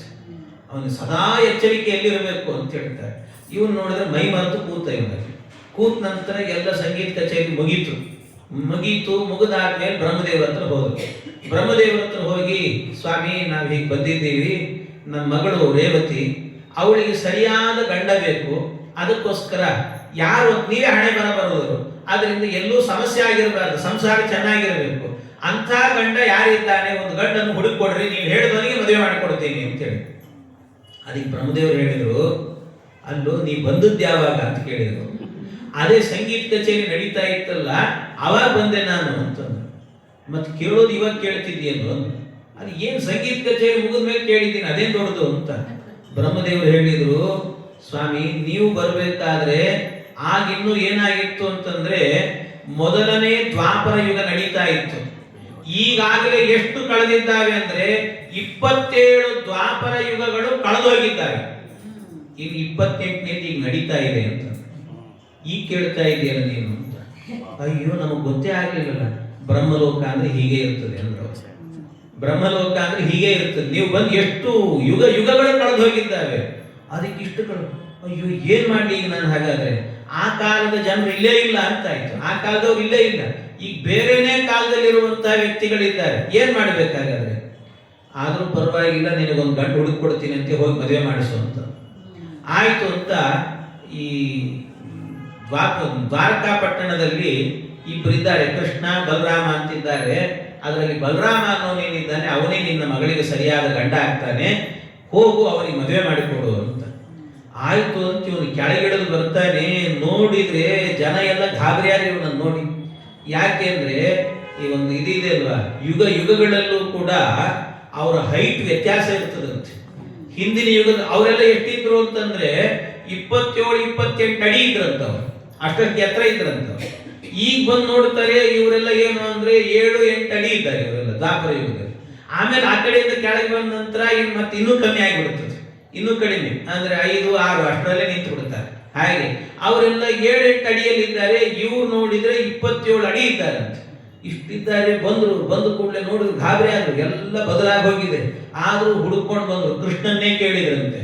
ಕೃಷ್ಣ ಇಲ್ಲೆಲ್ಲೋ ಬಲರಾಮ ಅಂತಿದ್ದಾನಂತಲ್ಲೋ, ಅವನಿಗೆ ನನ್ನ ಮಗಳನ್ನ ಮದುವೆ ಮಾಡಿಕೊಡ್ಬೇಕು ಅಂತಿದೆ, ಅದಕ್ಕೆ ದಯವಿಟ್ಟು ನೀನೇ ಮುಂದೆ ನಡೆಸ್ಬಿಡಪ್ಪ ಅಂತ ಕೃಷ್ಣ ಸಿಕ್ಕ ಅವನ್ನ ಕೇಳಿದಪ್ಪ. ಆಯ್ತು ಅಂತ ಈ ಕೃಷ್ಣ ಏನ್ ಮಾಡಿದಂತೆ ಬಲರಾಮನ ಹತ್ರಕ್ಕೆ ಬಂದ. ಅಣ್ಣ ಬಾಯಿಲಿ ನಿನಗೊಂದು ಅದ್ಭುತ ಇದೆ, ನೋಡು ಬಾಯಿಲಿ ಅಂತಂತೆ. ಬಹಳ ಅದ್ಭುತ ಬಂದಿದೆ ನಿನಗೋಸ್ಕರ, ಬಾಯಿಲಿ ಅಂತಂದ. ಆಯ್ತು ಅಂತ ಬಂದು ನೋಡ್ತಾನೆ, ಗಾಬರಿ ಆದವ ಸರ್, ಏನೋ ಇದು ಅಂತ. ಏನಂದ್ರೆ ಏನಿಲ್ಲ, ಆ ಹುಡುಗಿನ ನೀನ್ ಮದುವೆ ಮಾಡ್ಕೋಬೇಕಂತೆ ಅಂತ. ಆ ಹುಡುಗಿನ ಮದುವೆ ಮಾಡ್ಕೋಬೇಕು ಅಂದ ಕೂಡಲೇ ಮತ್ತೆ ಕೃಷ್ಣ ಹೇಳಿದ್ದಾನೆ, ಆಯ್ತು ಅಂತ ಒಪ್ಪಿಕೊಂಡು ಅವನು ಮದುವೆ ಮಾಡ್ಕೊಂಡಂತೆ. ಮದುವೆ ಮಾಡ್ಕೊಂಡ. ಮತ್ತೆ ಮದುವೆ ಮಾಡ್ಕೊಳ್ಬೇಕಾದ್ರೆ ಮಾಂಗಲ್ಯ ಧಾರಣೆ ಮಾಡ್ಬೇಕಲ್ಲ, ಹೆಂಗ್ ಮಾಡ್ಬೇಕು? ಇವನಿರೋದು 8 ಅಡಿ, ಅವಳಿರೋದು 27 ಅಡಿ, ಹೆಂಗ್ ಮಾಡ್ಬೇಕೆಲ್ಲ ವ್ಯವಸ್ಥೆ? ಕೃಷ್ಣನ್ ಕೇಳ್ದ ಮತ್ತೆ, ಕೃಷ್ಣ ಏನೋ ಇದು ಅವ್ಯವಸ್ಥೆ ಆಯ್ತಲ್ಲ, ಹೇಗ್ ಮಾಡೋದು ಅಂತ. ಅದಕ್ಕೆ ಈ ಕೃಷ್ಣ ಹೇಳ್ದ, ಏನ್ ಯೋಚನೆ ಮಾಡಬೇಡ, ಒಂದು ಕೆಲಸ ಮಾಡು, ನಿನ್ನ ಆಯುಧ ಇದೆಯಲ್ಲ ನೇಗಿಲು, ಆ ನೇಗಿಲನ್ನ ಅವಳ ಭುಜಕ್ಕೆ ಹಾಕು, ಭುಜಕ್ಕೆ ಹಾಕಿ ಎಳಿ. ಅದನ್ನ ಎಳೆದಾಗ ನಿನಗೆ ಯಾವ ಸೈಜ್ ಬೇಕೋ ಅದಕ್ಕೆ ಅಡ್ಜಸ್ಟ್ ಮಾಡ್ಕೊಂಡ್ಬಿಡು ಅಂದ ಕೃಷ್ಣ. ಆಯ್ತು ಅಂತ ಅದನ್ನ ಹಾಕಿ ಎಳದಂತ ಒಂದು ಸರ್ತಿ ಎಳೆದ್ರೆ ಸರಿಯಾಗಿ ಅದು ಎಷ್ಟು ಬೇಕೋ ಅಷ್ಟಕ್ಕೆ ಅಡ್ಜಸ್ಟ್ ಮಾಡ್ಕೊಂಡಂತೆ. ಮತ್ತೆ ಮೂಳೆಗಿಳೆ ಮುರಿಲಿಲ್ವಾ ಅಂತ ಕೇಳಬೇಡ್ರಿ, ಆಮೇಲೆ ಅದು ಕೃಷ್ಣನ ಸಾಮರ್ಥ್ಯ ಅಂತ ಹೇಳ್ತಾರೆ. ಕೃಷ್ಣ ಭಗವಂತ ಮಾಡಿದ್ದು ಅವನ ಅಘಟಿತಾಘಟನಾ ಸಾಮರ್ಥ್ಯ, ಹಾಗೆ ಮಾಡಿಟ್ಟಂತೆ ಪರಮಾತ್ಮ. ಅವಳು ಸೈಜ್ ಕರೆಕ್ಟಾಗಿ ವ್ಯವಸ್ಥೆ ಮಾಡಿದ. ಆಮೇಲೆ ಮದುವೆ ಆಯ್ತಂತೆ. ಇಷ್ಟೆಲ್ಲ ಇದ್ರ ಮೇಲೆ ಮತ್ತೆಲ್ಲ ಹೇಳ್ತಾರೆ, ಸತ್ಯಧರ್ಮರೆಲ್ಲ ಬಹಳ ಸುಂದರವಾಗಿ ವ್ಯಾಖ್ಯಾನ ಮಾಡುತ್ತಾರೆ. ಏನಂದ್ರೆ, ಅಲ್ಲ ಏನೇ ಆಗಲಿ ಒಂದು ನಿಯಮ ಇದೆ. ಏನ್ ನಿಯಮ ಅಂತ ಹೇಳಿದ್ರೆ, ಯಾವಾಗಲೂ ಕೂಡ ವಿವಾಹದಲ್ಲಿ ಹುಡುಗಿ ಸಣ್ಣ ವಯಸ್ಸಿನವಳಿರಬೇಕು, ಹುಡುಗ ದೊಡ್ಡ ವಯಸ್ಸಿನವನು ಇರಬೇಕು. ಇಲ್ಲಿ ಇವಳು ಯಾವುದೋ ಯುಗದವಳು, ಬಲರಾಮ ಹುಟ್ಟಿದ್ದು 28ನೇ ದ್ವಾಪರದಲ್ಲಿ. ಹಾಗಾಗಿ ವಯಸ್ಸಿನ ಅಂತರ ಬಹಳ ಬಂತು. ಹುಡುಗಿ ದೊಡ್ಡವಳಾದಲ್ಲ, ತಪ್ಪಲ್ವಾ ಇದು ಅಂತ ಕೇಳಿದ್ರೆ ಅದಕ್ಕೆ ಹೇಳ್ತಾರೆ, ತಪ್ಪು ಮನುಷ್ಯರಲ್ಲಿ ಸರಿ, ಆದ್ರೆ ಎಲ್ಲಿ ನಿಯತ ಪತಿಪತ್ನಿ ಭಾವ ಇರ್ತದೋ ದೇವತೆಗಳಲ್ಲಿ, ಅವರಲ್ಲಿ ಆಗಬೇಕಾದ್ರೆ ಇವರು ಮೊದಲು ಅವತಾರ ಮಾಡಿದ್ರು, ಅವ್ರು ಆಮೇಲೆ ಮಾಡಿದ್ರು ಅಂದ ಕೂಡಲೇನೆ ಅಲ್ಲಿ ಸಮಸ್ಯೆ ಇಲ್ಲ. ದೇವತೆಗಳಲ್ಲಿ ನಿಯಮ ಇಲ್ಲ, ಮನುಷ್ಯರಲ್ಲಿ ಆ ನಿಯಮ ಎನ್ನುವಂತಹದ್ದಿದೆ. ಅದರಿಂದಾಗಿ ಮನುಷ್ಯರಲ್ಲಿ ಹುಡುಗಿ ದೊಡ್ಡವಳಿದ್ದು ಹುಡುಗ ಸಣ್ಣವಳಿದ್ರೆ ಮದುವೆ ಮಾಡ್ಕೊಳ್ಳಿಕ್ಕಿಲ್ಲ. ಆದರೆ ದೇವತೆಗಳಲ್ಲಿ ನಿಯತ ಪತಿಪತ್ನಿ ಭಾವ ಇದ್ದ ಜಾಗದಲ್ಲಿ ಆಗಬೇಕಾದ್ರೆ ಅಲ್ಲಿ ಹುಡುಗಿ ದೊಡ್ಡವಳಿದ್ರೂ ಕೂಡ ಹುಡುಗ ಮದುವೆ ಮಾಡಿಕೊಳ್ಳಬಹುದು ಅಂತ, ಅಲ್ಲಿ ದೋಷ ಆಗೋದಿಲ್ಲ ಅಂತ ನಿಯಮ. ಆದ್ದರಿಂದಾಗಿ ಇದು ಸರಿಯಾಗಿದೆ ಅಂತ ಹೇಳಿ ಹೀಗೆ ವ್ಯವಸ್ಥಿತವಾಗಿ ಅಂತೂ ಬಲರಾಮನ ಮದುವೆ ಆಯ್ತಂತೆ. ಹೀಗೆ ಬಲರಾಮನ ಮದುವೆ ರೇವತಿ ಜೊತೆಗೆ ವಿವಾಹ ಎನ್ನುವಂತಹದ್ದು ನಡೀತು. ಇಷ್ಟು ರೇವತಿ ಜೊತೆಗೆ ವಿವಾಹ ಎನ್ನುವುದು ನಡೆದಾಗ ಹಾಗೇನಾಯ್ತಂತೆ, ಈ ಕೃಷ್ಣ ಭಗವಂತ ಏನ್ ಮಾಡ್ತಿದ್ದ ಅಂದ್ರೆ, ಪ್ರತಿನಿತ್ಯ ನಾನು ನಿನ್ನೆ ಹೇಳಿದೆ ಸರ್, ಅಂದ್ರೆ ಕೃಷ್ಣ ಪ್ರತಿನಿತ್ಯವೂ ಕೂಡ ಏನ್ ಮಾಡ್ತಿದ್ದಂತೆ, ದಿನಪತ್ರಿಕೆ ಓದ್ತಾ ಇದ್ದಂತೆ. ಆ ದಿನಪತ್ರಿಕೆ ಓದಬೇಕಾದ್ರೆ ರುಕ್ಮಿಣಿ ದೇವಿಗೆ ಸ್ವಯಂವರ ಅಂತಿದ್ರೆ, ನನ್ನ ಹೆಂಡತಿಗೆ, ಕೃಷ್ಣನ ಹೆಂಡತಿಗೆ ಸ್ವಯಂವರ ಅಂತ ಕಾಣಿಸ್ತವೆ. ಗಾಬರಿ ಆಯ್ತು. ತಾನು ಕೂಡ ಏನ್ ಮಾಡಿದಂತೆ ಆ ಸ್ವಯಂವರಕ್ಕೆ ಹೋಗಬೇಕು ಅಂತ ಹೊರಡುವಾಗಲೇ ಇದಕ್ಕೆಲ್ಲ ವ್ಯವಸ್ಥಿತವಾಗಿ ಒಂದು ರೂಪುರೇಷೆಗಳೆಲ್ಲ ನಡೆದಿತ್ತು. ಏನಾದರೂ ಮಾಡಿ ಈ ರುಕ್ಮಿಣೀ ದೇವಿಯನ್ನ ಶಿಶುಪಾಲನಿಗೆ ಕೊಟ್ಟು ಮದುವೆ ಮಾಡಬೇಕು ಅಂತ. ಎಂಥ ಮದುವೆ ಅಂದರೆ, ರುಕ್ಮಿಣೀ ದೇವಿಗೆ 16 ವರ್ಷ, 16 ವರ್ಷದ ಹುಡುಗಿ ರುಕ್ಮಿಣಿ. ಈ ಏನು ಇವನು ಅಯೋಗ್ಯ ಶಿಶುಪಾಲ ಇದ್ದ, ಅವನಿಗೆ ಎಷ್ಟು ಅಂತಂದ್ರೆ 88 ವರ್ಷ ಆಗಿತ್ತಂತ. 88 ವರ್ಷದ ಮುದುಕ 16 ವರ್ಷದ ಹುಡುಗಿನ ಮದುವೆ ಮಾಡಿಕೊಡ್ಬೇಕು ಅಂತ. ಇದಕ್ಕೆ ಮತ್ತೇನ್ ಮಾಡಿದ್ರಂತೆ, ರುಕ್ಮಿಣೀ ದೇವಿಗೂ ಕೂಡ ಹೆದರಿಸ್ಬಿಟ್ಟಿದ್ರಂತೆ ಒಳಗೆಲ್ಲ ಸೇರ್ಕೊಂಡು. ನೀನು ಬೇರೆ ಯಾರು ಬಂದರೂ ಕೂಡ ಮಾಲೆ ಹಾಕಬಾರದು ಸ್ವಯಂವರದಲ್ಲಿ. ಆ ಸ್ವಯಂವರದಲ್ಲಿ ಮಾಲೆ ಹಾಕೋದು ಅಂತ ಆದ್ರೆ ನೀನು ಯಾರಿಗೆ ಹಾಕಬೇಕು ಅಂತಂದ್ರೆ ಅದು ಶಿಶುಪಾಲನಿಗೆ ಹಾಕಬೇಕು. ಉಳಿದ ರಾಜರು ಕೂಡ ಬಂದವರು ಯಾರು ಹಾಕಿಸ್ಕೊಳ್ಬಾರ್ದು ಅಂತಲೂ ಕೂಡ ಅವ್ರಿಗೂ ಹೆದರಿಸಿದ್ರಂತೆ. ರಾಜರುಗಳಿಗೂ ಹೆದರಿಸ್ಬಿಟ್ಟಿದ್ರು, ರುಕ್ಮಿಣಿಗೂ ಹೆದರಿಸಿದ್ರು. ಅದಕ್ಕೆ ಏನ್ ಮಾಡೋದು ಅಂತ ಪಾಪ ಆಲೋಚನೆ ಮಾಡಿಕೊಂಡು ಇದ್ವಂತೆ. ಇಂಥ ಪ್ರಸಂಗದಲ್ಲಿ ಈ ಭೀಷ್ಮಕ ರಾಜ ಏನಿದ್ದಾನೆ, ಭೀಷ್ಮಕ ರಾಜ ಅವನು ರುಕ್ಮಿಣೀ ದೇವಿಗೆ ಸ್ವಯಂವರವನ್ನು ಏರ್ಪಡಿಸಿದ. ಈ ಭೀಷ್ಮಕ ಅಂದ್ರೆ ಈ ಸೂರ್ಯ ಏನಿದ್ದಾನಲ್ಲ, ಸೂರ್ಯ 12 ಆದಿತ್ಯರು ಅಂತ ಹೇಳ್ತಾರೆ. ಅದರಲ್ಲಿ ಒಬ್ಬ ಮಿತ್ರ ಅಂತ ಒಬ್ಬ ಆದಿತ್ಯ ಇದ್ದಾನೆ. ಆ ಮಿತ್ರನ ಅವತಾರವೇನೆ ಈ ಭೀಷ್ಮಕ. ಆ ಮಿತ್ರನ ಅವತಾರ ಭೀಷ್ಮಕ ಅವನೇನ್ ಮಾಡಿದ್ದಂತೆ, ಮೊದಲು ಭಾರೀ ದಾನ ಧರ್ಮಗಳನ್ನು ಮಾಡಿದ್ದಂತೆ. ಅನೇಕ ಗೋಪೂಜೆಗಳನ್ನು, ಗೋದಾನಗಳನ್ನು ಮಾಡಿದ್ದ. ಗೋದಾನಗಳನ್ನ ಮಾಡುವಾಗ ಇವನೂರಲ್ಲಿ ಏನು ಅಂದ್ರೆ ವಿಶೇಷ ಅಂತಂದ್ರೆ, ಸುಮಾರು ಏನಿಲ್ಲ ಅಂದ್ರೂ ಇವನ ಪಟ್ಟಣದಲ್ಲಿ ಒಂದು 10,000 ಕೆರೆಗಳಿತ್ತಂತೆ. ಇವನ ಪಟ್ಟಣದಲ್ಲಿ ಕೆರೆಗಳು ಎಲ್ಲಿ ನೋಡಿದ್ರಲ್ಲಿ ಕೆರೆ ಇದ್ವಂತೆ. ಆ ಕೆರೆ ಯಾವುದದು ಅಂತ ಕೇಳಿದ್ರೆ ಏನಿಲ್ಲ, ಪ್ರತಿನಿತ್ಯವೂ ಕೂಡ ಏನ್ ಮಾಡ್ತಿದ್ದಂತೆ ಇವನು, ಬ್ರಾಹ್ಮಣರನ್ನು ಕರೆಯೋದು, ನಿಮಗೆ ದಾನ ಕೊಡ್ತೀನಿ ಅಂತ ಹೇಳೋದು, ಅವ್ರ ಪಾದ ತೊಳೆಯೋದು, ಹಸು ದಾನವನ್ನ, ಆಕಳ ದಾನವನ್ನು ಕೊಟ್ಟು ಕಳಿಸೋದು. ಹೀಗೆ ಬ್ರಾಹ್ಮಣರ ಪಾದವನ್ನ ತೊಳೆದು ತೊಳೆದು ತೊಳೆದು 10,000 ಕೆರೆಗಳು ನಿರ್ಮಾಣ ಆಗಿತ್ತಂತೆ ಅವನ ಪಟ್ಟಣದಲ್ಲಿ. ಆ ಪುಣ್ಯದಿಂದಲೇನೆ ಇವನಿಗೆ ರುಕ್ಮಿಣೀ ದೇವಿ ಮಗಳಾಗಿ ಹುಟ್ಟಿದ್ದಂತೆ. ರುಕ್ಮಿಣೀ ದೇವಿ ಹೀಗೆ ರುಕ್ಮಿಣಿ ಹುಟ್ಟಿದ್ದು.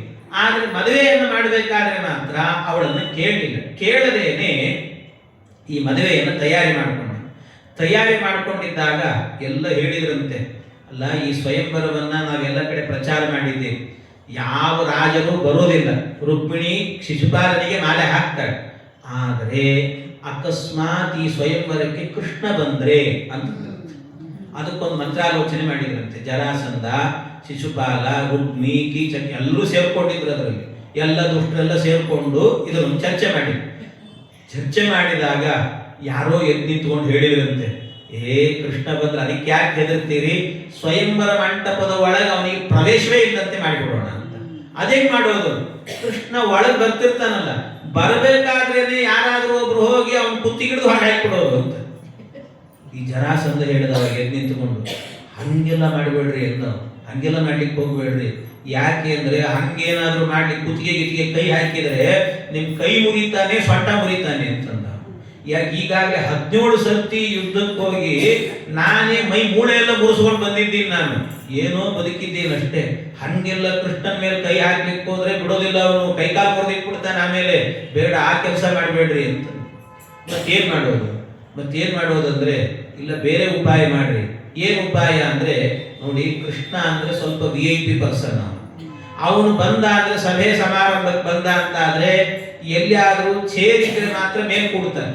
ಎಲ್ಲ ಹಾಗೇನೆ VIP ಪರ್ಸನ್ಗಳೆಲ್ಲರೂ ಕೂಡ ಮೇಲ್ ಕೂತು ಕೊಡುತ್ತಾರೆ. ಇನ್ನು ಉಳಿದವರಿಗೆಲ್ಲ ಒಂದು ದೊಡ್ಡ ಜಮಖಾನೆ ಹಾಸಿಕ್ಬಿಟ್ಟಿರ್ತಾರೆ, ಅಲ್ಲಿ ಕೊಡ್ಬೇಕು ಎಲ್ಲ ಉಳಿದವರೆಲ್ಲರೂ. ಹಂಗೆ ಜಮಖಾನೆ ಹಾಸೋದೊಂದು ಇರ್ಲಿ, ಇನ್ನೊಂದು ಚೇರ್ ವ್ಯವಸ್ಥೆ ಇರಲಿ. ಕೃಷ್ಣ ಬಂದಾಗ ನಾವೇನ್ ಮಾಡಬೇಕು ಅಂದ್ರೆ, ಒಂದೇ ಒಂದು ಚೇರ್ ಖಾಲಿ ಇರಬಾರ್ದು, ಹಂಗೆ ನೋಡ್ಕೊಳ್ಬೇಕು. ಒಂದು ಚೇರ್ ಖಾಲಿ ಇರಬಾರ್ದು, ಆ ರೀತಿ ವ್ಯವಸ್ಥೆ ಮಾಡಬೇಕು.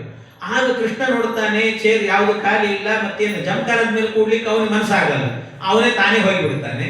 ಈ ಸ್ವಯಂವರ ಅನ್ನೋದು ಆರಾಮಾಗಿ ನಡೆದು ಹೋಗ್ತದೆ ಅಂತ ಇಷ್ಟು ವ್ಯವಸ್ಥೆ ಮಾಡೋಣ ಅಂತ ಆಯ್ತು ಅಂತ ಇಷ್ಟು ವ್ಯವಸ್ಥೆಯನ್ನು ತಯಾರಿ ಮಾಡಿಕೊಂಡ್ರಂತೆ. ಎಲ್ಲ ಮಾಡಿಕೊಂಡು ವ್ಯವಸ್ಥೆ ಇದು ಏನ್ ಮಾಡಿದ್ರಂತೆ, ಆ ಸ್ವಯಂವರ ಮಂಟಪದಲ್ಲಿ ಎಷ್ಟೋ ಜನ ಕೆಳಗೆ ಕೂತಿದ್ರಂತೆ. ಆ ಚೇರ್ ಖಾಲಿ ಇತ್ತು, ಅದಕ್ಕೆ ಎಬಿಸಿ ಮೇಲೆ ಕೂರಿಸಿದ್ರಂತೆ.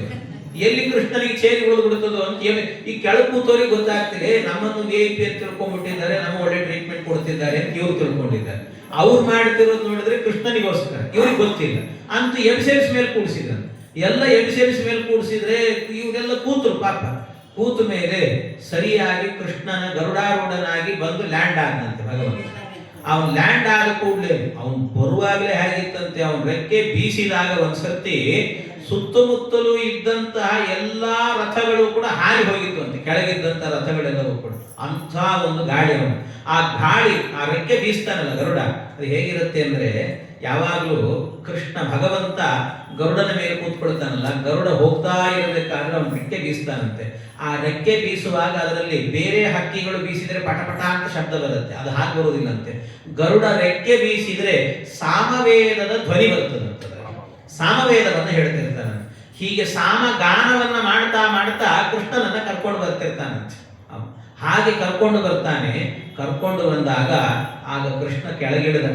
ಆಗ ಈ ಭೀಷ್ಮಕ ರಾಜ ಏನಿದ್ದ, ಇವನಿಗೆ ಇಬ್ರು ತಮ್ಮಂದಿರಿದ್ರಂತೆ, ಕೃತ ಕೈಶಿಕ ಅಂತ ಅವ್ರ ಹೆಸರು, ಕೃತಕೈಶಿಕರು ಅಂತ ಕರೀತಾರೆ. ಈ ಕೃತಕೈಶಿಕರಿಬ್ಬರು ಏನ್ ಮಾಡಿದ್ರಂತೆ, ಅವ್ರು ಓಡಿ ಬಂದು, ಕೃಷ್ಣನ್ ಭಕ್ತರು ಓಡಿ ಬಂದು ಕೃಷ್ಣನಿಗೆ ಹೇಳಿದ್ರಂತೆ, ಕೃಷ್ಣ ದಯವಿಟ್ಟು ನೀನು ಸ್ವಯಂವರ ಮಂಟಪಕ್ಕೆ ಬರಬೇಡ ಅಂತ. ಅಲ್ಲೋ ಯಾಕೆ ಅಂತ ಕೇಳ. ಇಲ್ಲ, ಸ್ವಯಂವರ ಮಂಟಪದಲ್ಲಿ ನಿನಗೆ ಅವಮಾನ ಮಾಡಬೇಕು ಅಂತಲೇನೆ ಎಲ್ಲರೂ ಸೇರ್ಕೊಂಡು ಏನ್ ಮಾಡಿದ್ದಾರೆ ಅಂದ್ರೆ, ಚೇರುಗಳು ಖಾಲಿ ಇಲ್ಲದಂತೆ ನೋಡ್ಕೊಂಡಿದ್ದಾರೆ. ನೀನ್ ಬಂದ್ರೆ ನಿಂತುಕೊಳ್ಳೋ ಪ್ರಸಂಗ ಬರ್ತದೆ, ನಿನಗೆ ಅವಮಾನ ಆಗ್ತದೆ, ದಯವಿಟ್ಟು ಹೋಗ್ಬೇಡ ನೀನು ಅಂತ.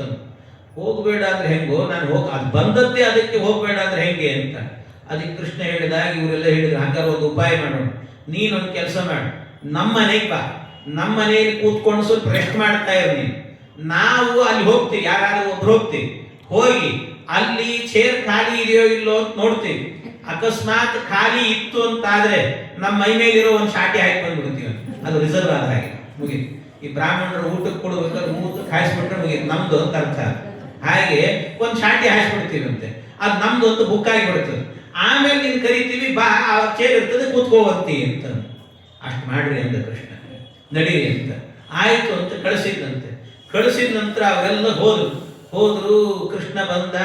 ಸರಿಯಾಗಿ ಕೃತಕೈಶಿಕರ ಮನೆಗೆ ಬರ್ಲಿಕ್ಕೆ ಪುರುಸೊತ್ತಿಲ್ಲ. ಇಂದ್ರನ ಪಟ್ಟಣದಿಂದಾಗಿ ಇಂದ್ರನ ದೂತ ಒಬ್ಬ ಒಂದು ದೊಡ್ಡದಾಗಿರುವಂತ ರತ್ನಖಚಿತವಾದ ಸಿಂಹಾಸನವನ್ನ ತಂದನಂತೆ. ತಂದು ಅವನು ಹೇಳಿದ, ಕೃಷ್ಣ, ಇಂದ್ರ ನಿನಗೆ ಕಳಿಸಿಕೊಟ್ಟಂತ ಸಿಂಹಾಸನ ನೀನು ಇಲ್ಲಿ ಕೂತ್ಕೊಳ್ಬೇಕು ಅಂತ ಹೇಳಿದ. ಕೃಷ್ಣ ಕೂತ ನಂತರ ಆ ಇಂದ್ರನ ದೂತ ಏನಿದ್ದ ಅವನು ಆ ಸ್ವಯಂವರ ಮಂಟಪಕ್ಕೆ ಹೋದ. ಸ್ವಯಂವರ ಮಂಟಪಕ್ಕೆ ಹೋದಾಗ ಆ ಸ್ವಯಂವರ ಮಂಟಪದಲ್ಲಿ ಏನಾಯ್ತಂತೆ, ಆ ಮಂಟಪದಲ್ಲಿ ಇವನೇ ಹೋಗಿ ಒಂದು ಮೈಕ್ ಹಿಡ್ಕೊಂಡು ಅನೌನ್ಸ್ ಮಾಡಿದಂತೆ. ಇಂದ್ರನ ದೂತ ಏನ್ ಅನೌನ್ಸ್ ಮಾಡಿದ ಅಂತಂದ್ರೆ, ಅವನು ಹೇಳಿದಂತೆ, ನೋಡಿ ನೀವೆಲ್ಲರೂ ಕೂಡ ಇಲ್ಲಿ ಬಂದಿದ್ದೀರಿ, ಎಲ್ಲರೂ ಕೂಡ ಬಂದವರೆಲ್ಲರೂ ಕೂಡ ಇಂದ್ರ ಒಂದು ಸಂದೇಶ ಕಳಿಸಿದ್ದಾನೆ. ಏನ್ ಸಂದೇಶ ಕಳಿಸಿದ್ದಾನೆ ಅಂದ್ರೆ, ಬಂದವರೆಲ್ಲರೂ ಕೂಡ ಇಲ್ಲೇ ಕೃತಕೈಶಿಕರ ಮನೆಯಲ್ಲಿ ಕೃಷ್ಣ ಇದ್ದಾನೆ, ಬಂದವರೆಲ್ಲರೂ ಕೂಡ ಒಂದೊಂದು ಹೂವಿನ ಹಾರವನ್ನು ಹಿಡ್ಕೊಂಡು ಹೋಗಿ ಕೃಷ್ಣನಿಗೆ ಹಾಕಿ ಅವನಿಗೊಂದು ಸನ್ಮಾನವನ್ನು ಮಾಡಿ ಅವನಿಗೊಂದು ನಮಸ್ಕಾರ ಮಾಡಬೇಕಂತೆ.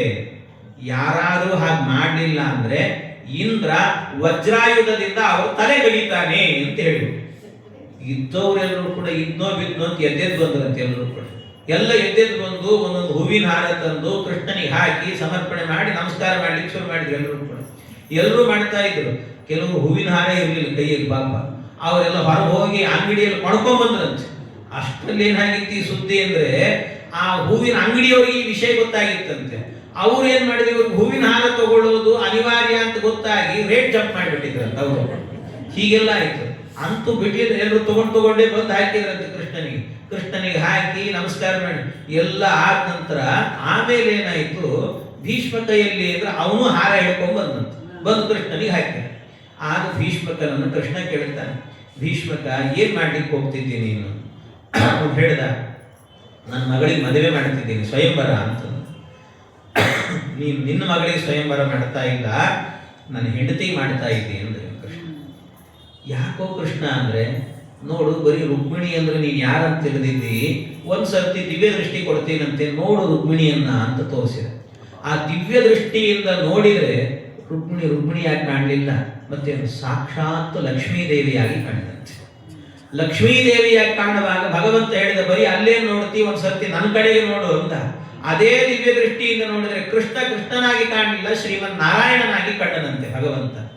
ಕೊನೆಗೆ ಕೃಷ್ಣ ಹೇಳಿದ, ಅವರು ಲಕ್ಷ್ಮೀ, ನಾನು ನಾರಾಯಣ, ನಮ್ಮಿಬ್ಬರಿಗೂ ಕಲ್ಯಾಣವನ್ನು ಮಾಡಿ ಲಕ್ಷ್ಮೀನಾರಾಯಣರ ಕಲ್ಯಾಣವನ್ನು ಮಾಡಿದ ಪುಣ್ಯಕ್ಕೆ ಪಾತ್ರನಾಗು, ಇನ್ನೇನು ಆ ವ್ಯವಸ್ಥೆ ಮಾಡಬೇಡ ಅಂತ ಇಷ್ಟು ಕೃಷ್ಣ ಹೇಳಿದ ಕೂಡಲೇ ಹೌದಾ ಕೃಷ್ಣ, ನನ್ನಿಂದ ತಪ್ಪಾಯಿತು, ನಿಮ್ಮಿಬ್ಬರಿಗೆ ಮದುವೆ ಮಾಡುತ್ತೇನೆ ಅಂತ ಒಪ್ಪಿಕೊಂಡೆಲ್ಲ ಆದ ನಂತರ ಕಡೆಗೆ ಈ ಸ್ವಯಂವರ ಕ್ಯಾನ್ಸಲ್ ಆಗಬೇಕಲ್ಲ, ಈಗ ಮತ್ತೆ ಹೆಂಗೆ ಹೇಳೋದು, ಅದಕ್ಕೆ ಕ್ಯಾನ್ಸಲ್ ಅಂದ್ರೆ ಮತ್ತೇನು, ಅದಕ್ಕೆ ರೆಟ್ಟೆ ಪುಕ್ಕ ಹುಟ್ಟುಕೊಳ್ಳುತ್ತದೆ. ಅದಕ್ಕೋಸ್ಕರ ಏನ್ ಮಾಡಿದಂತೆ, ಕ್ಯಾನ್ಸಲ್ ಅಂತ ಹೇಳಲಿಲ್ಲ, ಎಲ್ಲ ಅನೌನ್ಸ್ ಮಾಡಿದ, ಕಾರಣಾಂತರಗಳಿಂದ ಮುಂದೂಡಲಾಗಿದೆ ಅಂತ ಇಷ್ಟು ಹೇಳಿದ್ರೆ ಪರವಾಗಿ ಆಯಿತು ಅಂತ ಅಷ್ಟನ್ನು ಹೇಳಿ ಆದ ನಂತರ ಕೃಷ್ಣ ಹೇಳಿ ಹೊರಟನಂತೆ. ಅವನು ಹೋದ ಕೂಡಲೇನೆ ಈ ಕಡೆಯಿಂದ ಏನ್ ಮಾಡಿದ್ರು, ಮತ್ತೆ ಇವರೆಲ್ಲ ಸೇರ್ಕೊಂಡು ಈ ಕೃಷ್ಣ ಬಂದ್ರೆ ತಡಿಲಿಕ್ಕಾಗಲಿಲ್ಲ, ಅದಕ್ಕೆ ಸ್ವಯಂವರ ನಿಂತೋಯ್ತು. ಏನಾದರೂ ಮಾಡಿ ಕೃಷ್ಣನಿಗೆ ಗೊತ್ತಾಗಬಾರ್ದು, ಈ ವಿವಾಹ ಎನ್ನುವಂತಹದ್ದು ಯಾರಿಗೂ ಗೊತ್ತಿಲ್ಲದಂತೆ ಈ ವಿವಾಹ ನಡೀಬೇಕು, ಅದಕ್ಕೋಸ್ಕರವಾಗಿ ಏನಾದರೂ ಉಪಾಯ ಮಾಡಬೇಕು ಅಂತ ಅದಕ್ಕೆ ವಿಚಾರ ಮಾಡಿ ಏನ್ ಮಾಡಿದ್ರು ಅಂದ್ರೆ, ಅವರೆಲ್ಲ ಸೇರ್ಕೊಂಡು ಯಾರಿಗೂ ಹೇಳೋದು ಬೇಡ, ಪತ್ರಿಕೆಯಲ್ಲಿ ಅನೌನ್ಸೇ ಮಾಡೋದು ಬೇಡ, ಹಂಗೆ ನಾವು ಮದುವೆ ಮಾಡಿ ಮುಗಿಸ್ಬಿಡೋಣ ಅಂತ ಹೇಳಿ ವಿಚಾರ ಮಾಡಿ ಹಂಗೆ ವಿವಾಹ ಮಾಡಿಸಿದ್ರಂತೆ. ಅದು ಒಳಗೊಳಗೆ ಗುಟ್ಟಲ್ಲೇ ಮಾಡಿದ್ರಂತೆ. ಯಾವತ್ತು ವಿವಾಹ ಅಂದ್ರೆ ಅವರೆಲ್ಲ ತೀರ್ಮಾನ ಮಾಡಿದ್ರು, ನಾಳೆನೇ ವಿವಾಹ ಮಾಡಿಬಿಡೋಣ ಅಂದ್ರಂತೆ. ನಾಳೆನೇ ವಿವಾಹ ಅಂದ್ರೆ ಅವಾಗ ಯಾರೋ ಹೇಳಿದ್ರಂತೆ, ಅಲ್ಲೋ ನಾಳೆ ಏಕಾದಶಿ ಇದೆ, ಉಪವಾಸ, ಊಟಕ್ಕೆ ಹಾಕ್ಲಿಕ್ಕಾಗಲ್ಲ ಅಂದ್ರೆ ಪರವಾಗಿಲ್ಲ, ಅದಕ್ಕೊಂದು ಶಾಂತಿ ಮಾಡಿಬಿಡೋಣ ಅಂದ್ರೆ, ಅಲ್ಲ ಅದು ಪರವಾಗಿಲ್ಲ, ಮಂಗಳವಾರ ಇದೆ ಅಲ್ಲೋ ಅಂತಂದ್ರಂತೆ, ಮಂಗಳವಾರ ಅದಕ್ಕೂ ಒಂದು ಶಾಂತಿ ಮಾಡೋಣ ಅಂದ್ರು, ಅದಕ್ಕೂ ಒಂದು ಶಾಂತಿ ಅಂತ, ಹಿಂಗೆ ಎಲ್ಲದಕ್ಕೂ ಶಾಂತಿ ಅಂತ ಹೇಳ್ಕೊಂಡು ನಾಳೆನೇ ಈ ಮದುವೆ ನಡೆದು ಬಿಡಬೇಕು ಅಂತ ಎಲ್ಲ ಉಪಾಯ ಮಾಡಿಕೊಂಡು ತಯಾರಿ ಮಾಡಿಕೊಂಡೇ ಬಿಟ್ಟಂತೆ. ಎಲ್ಲ ತಯಾರಿಯನ್ನ ಮಾಡಿಕೊಂಡಾಗ ಆಗ ರುಕ್ಮಿಣೀ ದೇವಿಗೆ ವಿಷಯ ಗೊತ್ತಾಯ್ತು. ತುಂಬ ಬೇಸರ ಮಾಡಿಕೊಂಡು ಹೇಳಿದ್ದು ಭೀಷ್ಮಕನಿಗೆ ಬೇಡ ಅಂತ, ಇಲ್ಲ ನಿಮ್ಮ ಅಣ್ಣ ಕೇಳ್ತಾ ಇಲ್ಲ, ಇದು ಮಾಡಲೇಬೇಕು ಅನಿವಾರ್ಯ, ಹಾಗೆ ಹೀಗೆ ಅಂತೆಲ್ಲ ಹೇಳಿಬಿಟ್ರು. ಅಂದರೆ ಹೆಣ್ಣಿಗೆ ಒಪ್ಪಿಗೆ ಇಲ್ಲದೇನೆ ಮದುವೆಯನ್ನು ಮುಂದುವರಿಬಾರದು ಅಂತ ಅನ್ನೋದಕ್ಕೆ ಇದೆಲ್ಲ ನಿದರ್ಶನ. ಅದಕ್ಕೆ ಹೇಳಿದರೂ ಕೇಳಲಿಲ್ಲ ಈ ರುಕ್ಮಿಣೀ ದೇವಿ. ತುಂಬ ಬೇಸರದಿಂದಾಗಿ ಆಗ ತಾನೇ ಕೂತ್ಕೊಂಡು ಒಂದು ಪತ್ರ ಬರೆದಂತೆ. ಆ ಪತ್ರವನ್ನು ಬರೆದು ಒಬ್ಬ ಒಳ್ಳೆ ನಂಬಿಕಸ್ಥನಾದ ಒಬ್ಬ ಬ್ರಾಹ್ಮಣನ ಕೈಯಲ್ಲಿ ಕೊಟ್ಟು, ಈ ಪತ್ರವನ್ನು ಕೃಷ್ಣನಿಗೆ ತಲುಪಿಸು ಅಂತ ಹೇಳಿ, ಕೃಷ್ಣನಿಗೆ ಮುಟ್ಟಿಸು. ಆ ಪತ್ರ ಕಳಿಸುವಾಗ ಹಾಗೆ ಕಳಿಸ್ತಿಲ್ಲ, ತಾನೇ ಬರೆದ ಪ್ರೇಮ ಪತ್ರ.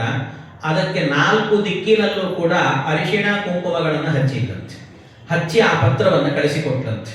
ಬಹಳ ಸುಂದರವಾದ ಪತ್ರ, ಎಷ್ಟು ಅದ್ಭುತವಾದ ಪತ್ರ ಅಂದ್ರೆ, ಆ ಪತ್ರ ಎಂಥ ಹುಡುಗನಾದರೂ ಓದಿದ್ರೆ ಕ್ಲೀನ್ ಬೋಲ್ಡ್ ಆಗಬೇಕು, ಅಷ್ಟು ಸುಂದರವಾಗಿ ಬರೆದಿದ್ದ. ಮತ್ತೆ ಇನ್ನೊಂದು ವಿಶೇಷ ಏನು ಅಂದ್ರೆ, ಆ ಪತ್ರ ಯಾರಿಗೂ ಅರ್ಥ ಆಗಿರಬಾರ್ದು ಹಂಗೆ ಬರೆದಿದ್ದಂತೆ, ಅರ್ಥವೇ ಆಗದೆ ಇರೋ ತರ ಬರೆದಿದ್ದಂತೆ ಪತ್ರವನ್ನು. ಹೇಗೆ ಬರೆದಿದ್ದಾಳೆ ಆ ಪತ್ರ ಅಂದ್ರೆ, ಧನ್ಯಾಬಲಾಸ ವಿಭವೇವ ವೇದ್ಯಾ ವೇದ್ಯಾಯ ಭೂಮ್ನೆ ಪುರುಷಾಯ ಸಾಮ್ನಾಯ ಶಾಸ್ತ್ರೋದಿತ ಧರ್ಮ ಪಾತ್ರೇಷು ದತ್ತಾತ್ಮ ಪದಾಯ ದತ್ತ. ಎಂಥ ವಿಚಿತ್ರವಾದಂತ ಒಂದು ಅಕ್ಷರಗಳನ್ನು ಬರೆದಿದ್ದಾಳೆ ರುಕ್ಮಿಣಿ ಅಂದ್ರೆ, ಯಾರಿಗೆ ಅರ್ಥ ಆಗ್ತದೆ ಹೇಳ್ರಿ, ಯಾರಿಗೆ ಅರ್ಥ ಆಗ್ತದೆ ನೋಡಿ. ಒಂದೊಂದು ಈ ಶ್ಲೋಕ ಇದೆಯಲ್ಲ, ಗಮನಿಸ್ಬೇಕು ಇದನ್ನ. ಏನಂದ್ರೆ ಈ ಶ್ಲೋಕ ನೀವು ಮೊದಲನೇ ಪಾದವನ್ನ ಮುಗಿಸಿದಾಗ ಕೊನೆಗೆ ಏನು 2 ಅಕ್ಷರಗಳು ಬರ್ತದಲ್ಲ, ಆ 2 ಅಕ್ಷರದಿಂದಲೇ ಮುಂದಿನ ಆರಂಭ ಆಗುತ್ತೆ. ಮತ್ತೆ ಕೊನೆಗೆ ಏನ್ ಬರ್ತದೋ ಅದೇ 2 ಅಕ್ಷರದಿಂದ ಮುಂದಿನ ಆರಂಭ. ಹೇಗಿದೆ, ಧನ್ಯಾಬಲಾಸ ವಿಭವೇವ ವೇದ್ಯಾ ವೇದ್ಯಾ ಅಂತ ನಿಲ್ತು 2 ಅಕ್ಷರ, ಕೊನೆ 2 ಅಕ್ಷರ. ಮುಂದಿನ ಶ್ಲೋಕ ಆರಂಭ ಆಗೋದು ಹೇಗೆ ಅಂದ್ರೆ, ವೇದ್ಯಾಯ ಭೂಮ್ನೆ ಪುರುಷಾಯ ಸಾಮ್ನಾ ಅಂತ ನಿಂತುಕೊಡ್ತು. ಮತ್ತೆ ಅದರಿಂದಲೇ ಆರಂಭ, ಸಾಮ್ನಾಯ ಶಾಸ್ತ್ರೋದಿತ ಧರ್ಮ ಪಾತ್ರೆ ಅಂತ ನಿಂತುಕೊಡ್ತು. ಪಾತ್ರೆ ಅನ್ನೋದ್ರಿಂದಲೇ ಆರಂಭ, ಪಾತ್ರೇಷು ದತ್ತಾತ್ಮ ಪದಾಯ ದತ್ತ. ಈ ರೀತಿಯಲ್ಲಿ ಈ ಶ್ಲೋಕವನ್ನು ರಚನೆ ಮಾಡುತ್ತಾರೆ. ಅಂದ್ರೆ ಇದರ ಅರ್ಥ ಏನು ಅಂತಂದ್ರೆ, ಭಗವಂತನಿಗೆ ಯಾರಿಗ ಅರ್ಥ ಏನು ಅರ್ಥ ಆಯ್ತು ಇದನ್ನು ಹೇಳಿದ್ರು, ಕೊನೆ 2 ಅಕ್ಷರ ನಿಲ್ಲಿಸೋದು, ಅದರಿಂದ ಆರಂಭ ಮಾಡೋದು ಏನು ಅಂತಲೇ ಅರ್ಥ ಆಗೋದಿಲ್ಲ. ಅದಕ್ಕೆ ಅದರಲ್ಲಿ ಬರೆದದ್ದೇನು ಅಂದ್ರೆ, ಭಗವಂತ ನೀನು ಸಾರ್ವಭೌಮ, ನೀನು ಪುರುಷ ಸೂಕ್ತದಿಂದ ಪ್ರತಿಪಾದ್ಯನಾದವನು, ಸಾಮವೇದದಿಂದ ಪ್ರತಿಪಾದ್ಯನಾದವನು ಭಗವಂತ. ನೀನು ಸಕಲ ವೇದದಿಂದ ಸಕಲ ಶಾಸ್ತ್ರದಿಂದ ಪ್ರತಿಪಾದ್ಯನಾಗಿ ಧರ್ಮವನ್ನ ರಕ್ಷಣೆ ಮಾಡತಕ್ಕಂಥವನು ನೀನು. ಅಷ್ಟೇ ಅಲ್ಲ, ಒಂದು ಶಾಸ್ತ್ರದಲ್ಲಿ ಮಾತನ್ನ ಹೇಳ್ತಾರೆ, ಸತ್ಪಾತ್ರನಿಗೆ ಕನ್ಯಾದಾನವನ್ನ ಮಾಡಿದ್ರು ಅಂತಾದ್ರೆ, ಒಳ್ಳೆ ಯೋಗ್ಯನಾದ ವ್ಯಕ್ತಿಗೆ ಏನಾದರೂ ಕೂಡ ಕನ್ಯಾದಾನ ಮಾಡಿದ್ರೆ ಭಗವಂತ ಅಂತವರಿಗೆ ಮೋಕ್ಷವನ್ನೇ ಕೊಡ್ತಾನಂತೆ. ಯೋಗ್ಯರಿಗೆ ದಾನವನ್ನು ಮಾಡಬೇಕು ಅಂತ ಹೇಳ್ತಾರೆ. ದಾನ ಮಾಡಬೇಕಾದ್ರೆ ಯೋಗ್ಯರಿಗೆ ಅಂತ. ಹಾಗಾಗಿ ಯೋಗ್ಯ ದಾನವನ್ನ ಯೋಗ್ಯರಿಗೆ ಮಾಡಿದ್ರು ಅಂತಾದ್ರೆ ಅದು ಆ ದಾನ ಎನ್ನುವಂತಹದ್ದು ಒಳ್ಳೆ ಫಲವನ್ನ ಕೊಡುತ್ತದೆ ಅಂತ. ಸಾರ್ವಭೌಮನೇ ಪುರುಷ ರೂಪನೇ ಸಾಮವೇದ ಸುವೇದ್ಯನೇ. ಅಲ್ಲಿ ಶ್ಲೋಕದಲ್ಲಿ ಸಂಸ್ಕೃತದಲ್ಲಿ 2 ಅಕ್ಷರ, ಇಲ್ಲಿ 3 ಅಕ್ಷರ ಇಟ್ಕೊಳ್ಬೇಕು. 3 ಅಕ್ಷರದಿಂದ ಆರಂಭ. ಇಲ್ಲಿ ಸಾರ್ವಭೌಮನೇ ಪುರುಷ ರೂಪನೇ ಸಾಮವೇದ ಸುವೇದ್ಯನೇ. ವೇದ್ಯನೇ ನೀ ಸರ್ವಶಾಸ್ತ್ರದಿ ಧರ್ಮ ರಕ್ಷಕ ಪಾತ್ರನೇ. ಪಾತ್ರನೇ ನೀ ದಾನವಿತ್ತರೆ ಯೋಗ್ಯ ಮುಕ್ತಿ ಪ್ರದಾತ್ರನೀ. ಧಾತ್ರನೀ ಎನ್ ಕೈಯ ಪಿಡಿದರೆ ಎನ್ನ ಬಾಳು ಧನ್ಯವೇ. ಇದು ರುಕ್ಮಿಣೀ ದೇವಿ ಬರೆದಂಥ ಪತ್ರ. ನೀನು ನನ್ನ ಕೈ ಹಿಡಿದೆ ಅಂದ್ರೆ ನಾನೊಬ್ಬ ಯೋಗ್ಯಳಾದಂಥ ಕನ್ಯೆ. ಈ ಯೋಗ್ಯಳಾದ ಕನ್ಯೆಯನ್ನ ಯೋಗ್ಯನಾದ ವ್ಯಕ್ತಿಯೇ ಹಿಡಿಬೇಕು. ಆದ್ದರಿಂದ ಕೃಷ್ಣ ನೀನೇ ನನ್ನ ಕೈಯನ್ನು ಹಿಡಿಬೇಕು, ದಯವಿಟ್ಟು ನನ್ನ ಕೈ ಬಿಡಬೇಡ ಕೃಷ್ಣ. ಆ ಪತ್ರದಲ್ಲಿ ಬರೆದಿರುವಂತಹದ್ದು. ಅಷ್ಟೇ ಅಲ್ಲ, ಅದರ ಜೊತೆಗೆ ಕೃಷ್ಣ ನಿನಗೊಂದು ಬರ್ಬೋದು ಮನಸ್ಸಲ್ಲಿ. ಏನು ಅಂದ್ರೆ, ನಿನ್ನ ಮನಸ್ಸಿನಲ್ಲಿ ಅಯ್ಯೋ ಭೀಷ್ಮಕ ರಾಜ ಅವರಪ್ಪ, ರುಕ್ಮ ಅವರ ಅಣ್ಣ, ಇವರೆಲ್ಲರೂ ಒಪ್ಪಿಗೆ ಇಲ್ಲದೇನೆ ನಾನು ಹೇಗಪ್ಪ ಇವಳನ್ನು ಮದುವೆ ಮಾಡಿಕೊಳ್ಳಿ ಅಂತ ನಿನ್ನ ಮನಸ್ಸಲ್ಲಿ ಬರಬಹುದು. ಅದಕ್ಕೂ ನೀನು ಯೋಚನೆ ಮಾಡಬೇಡ. ಯಾಕೆ ಅಂದ್ರೆ ಇವರೆಲ್ಲರೂ ಕೂಡ ಈ ಜನ್ಮಕ್ಕಷ್ಟೇ ಅಪ್ಪ ಅಣ್ಣ ಎಲ್ಲರೂ ಕೂಡ ಅಷ್ಟೇ. ಆದ್ರೆ ನಿನ್ನ ನನ್ನ ಸಂಬಂಧ ಎನ್ನುವಂತಹದ್ದು ಈ ಜನ್ಮದಲ್ಲಪ್ಪ, ಇದು ಅನಾದಿ ಕಾಲದಿಂದಲೂ ಕೂಡ ಇರುವಂತಹದ್ದು ನನ್ನ ನಿನ್ನ ಸಂಬಂಧ ಎನ್ನುವಂತಹದ್ದು. ರುಕ್ಮಿ ಭೀಷ್ಮಕ ದೊಣ್ಣೆ ನಾಯಕ ರೊಪ್ಪಿಗೆಯು ನಿನಗೆ ತಕೋ. ಕೃಷ್ಣನನ್ನ ರುಕ್ಮಿಣೀ ದೇವಿ ಹೇಳುವಂತಹದ್ದು. ತತ್ಕಾಲ ಬಂಧುಗಳಾದ ಅರಸರ ಅಪ್ಪಣೆಯು ನಿನಗೆ ತಕೋ. ಅವ್ರು ಅಪ್ಪಣೆ ಕೊಡಬೇಕು, ನೀನ್ ಯಾಕೋ ಕಾಯ್ತಿ ಕೃಷ್ಣ. ತತ್ಕಾಲ ಬಂಧುಗಳಾದ ಅರಸರ ಅಪ್ಪಣೆಯು ನಿನಗೆ ತಕೋ. ಅನಾದಿ ಪತ್ನಿಯ ಕೈಯ ಪಿಡಿಯಲು ಸಂಶಯವು ನಿನಗೆ ತಕೋ.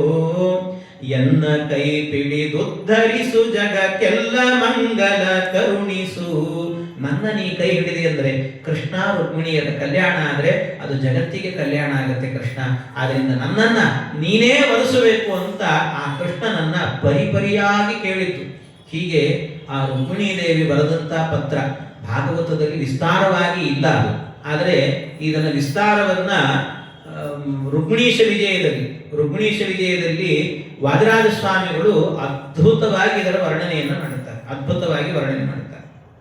ಅವ್ರು ಹೇಳ್ತಾರೆ, ಇನ್ನು ಏನು ಅಂತ ಹೇಳಿದ್ರೆ, ಭಗವಂತನ ಇಷ್ಟೆಲ್ಲ ಕೊಂಡಾಡಿದ್ರು, ಅದರಲ್ಲಿ ಅಖಿಲಾಂಡ ಕೋಟಿ ಬ್ರಹ್ಮಾಂಡ ನಾಯಕ ಇದನ್ನೆಲ್ಲ ಹೇಳಿ ಕಡೆಗೆ ಕೃಷ್ಣ ನೀನು ನನ್ನ ಕೈ ಹಿಡಿದ್ರೆ ನಾನಿರ್ತೇನೆ. ನನ್ನ ಕರಸ್ಪರ್ಶವನ್ನ ಪಾಣಿಗ್ರಹಣವನ್ನ ಬೇರೆ ಯಾರಾದ್ರೂ ಮಾಡಿದ್ರೆ ಅದು ನನ್ನ ಕರ ಆಗಲ್ಲ, ನನ್ನ ಹೆಣದ ಕರ ಆಗತ್ತೆ ಅಂತೆ. ಹೀಗೆ ಇಷ್ಟನ್ನು ಪತ್ರದಲ್ಲಿ ಬರೆದು, ನಾನು ರುದ್ರದೇವರ ಪೂಜೆಗೋಸ್ಕರ ಊರ ತುದಿಗೆ ಬರ್ತೇನೆ, ನನ್ನನ್ನು ಅಲ್ಲಿಂದ ಕರ್ಕೊಂಡು ಹೋಗಬೇಕು ಅಂತಲೂ ಕೂಡ ಆ ಪತ್ರದಲ್ಲಿ ಬರೆದಿದ್ದ. ಇಷ್ಟೆಲ್ಲ ಪತ್ರವನ್ನ ಬರೆದು ಈ ಮಂಗಳಮಯವಾಗಿರುವಂತಹ ಪತ್ರವನ್ನ ಬ್ರಾಹ್ಮಣನ ಕೈಯಲ್ಲಿ ಕೊಟ್ಟು ಕೃಷ್ಣನಿಗೆ ಕೊಡು ಇದನ್ನ ಅಂತ ಕಳಿಸಿದ ಕೂಡಲೇ ಆ ಬ್ರಾಹ್ಮಣರು ಕೃಷ್ಣನ ಬಳಿಗೆ ಬಂದರಂತೆ ಆ ಪತ್ರವನ್ನು ತೆಗೆದುಕೊಂಡು. ಆ ಪತ್ರ ತೆಗೆದುಕೊಂಡು ಬಂದು ಕೃಷ್ಣನಿಗೆ, ಕೃಷ್ಣ ಇದು ನಿನಗೆ ರುಕ್ಮಿಣಿ ಬರೆದಂತ ಪತ್ರ, ತಗೋ ಇದು ಅಂತ ಕೊಟ್ರೆ ಅದಕ್ಕೆ ಕೃಷ್ಣ ಹೇಳಿದ, ಇಲ್ಲ ಈ ಪತ್ರ ನೀವೇ ಓದಿಬಿಡ್ರಿ ಅಂತ. ನೀವೇ ಓದ್ರಿ ಅಂದ್ರೆ ಇವರು ಬ್ರಾಹ್ಮಣರು ಹೇಳಿದೆ, ಓ ಕೃಷ್ಣ ಹಾಗೆಲ್ಲ ಮಾಡಬಾರ್ದಪ್ಪ, ಇದು ಒಬ್ಬ ಹುಡುಗಿ ನಿನಗೆ ಬರೆದ ಪತ್ರ, ಅದು ಪರ್ಸನಲ್, ನಿಮ್ಮಿಬ್ಬರ ಮಧ್ಯದಲ್ಲಿ ಇರಬೇಕು, ಅದು ನಾವೆಲ್ಲ ಓದಬಾರದು. ಅದರಿಂದ ಹಂಗೇನಾದ್ರೂ ನಾವು ಓದ್ದೆ ಅಂದ್ರೆ ನಾಳೆ ಎಲ್ಲರೂ ನನ್ನ ಸೇರ್ಕೊಂಡು ಮ್ಯಾನರ್ಸ್ ಇಲ್ಲ ಈ ಬ್ರಾಹ್ಮಣನಿಗೆ ಬೈಲಿಕ್ಕೆ ಶುರು ಮಾಡ್ತಾರೆ.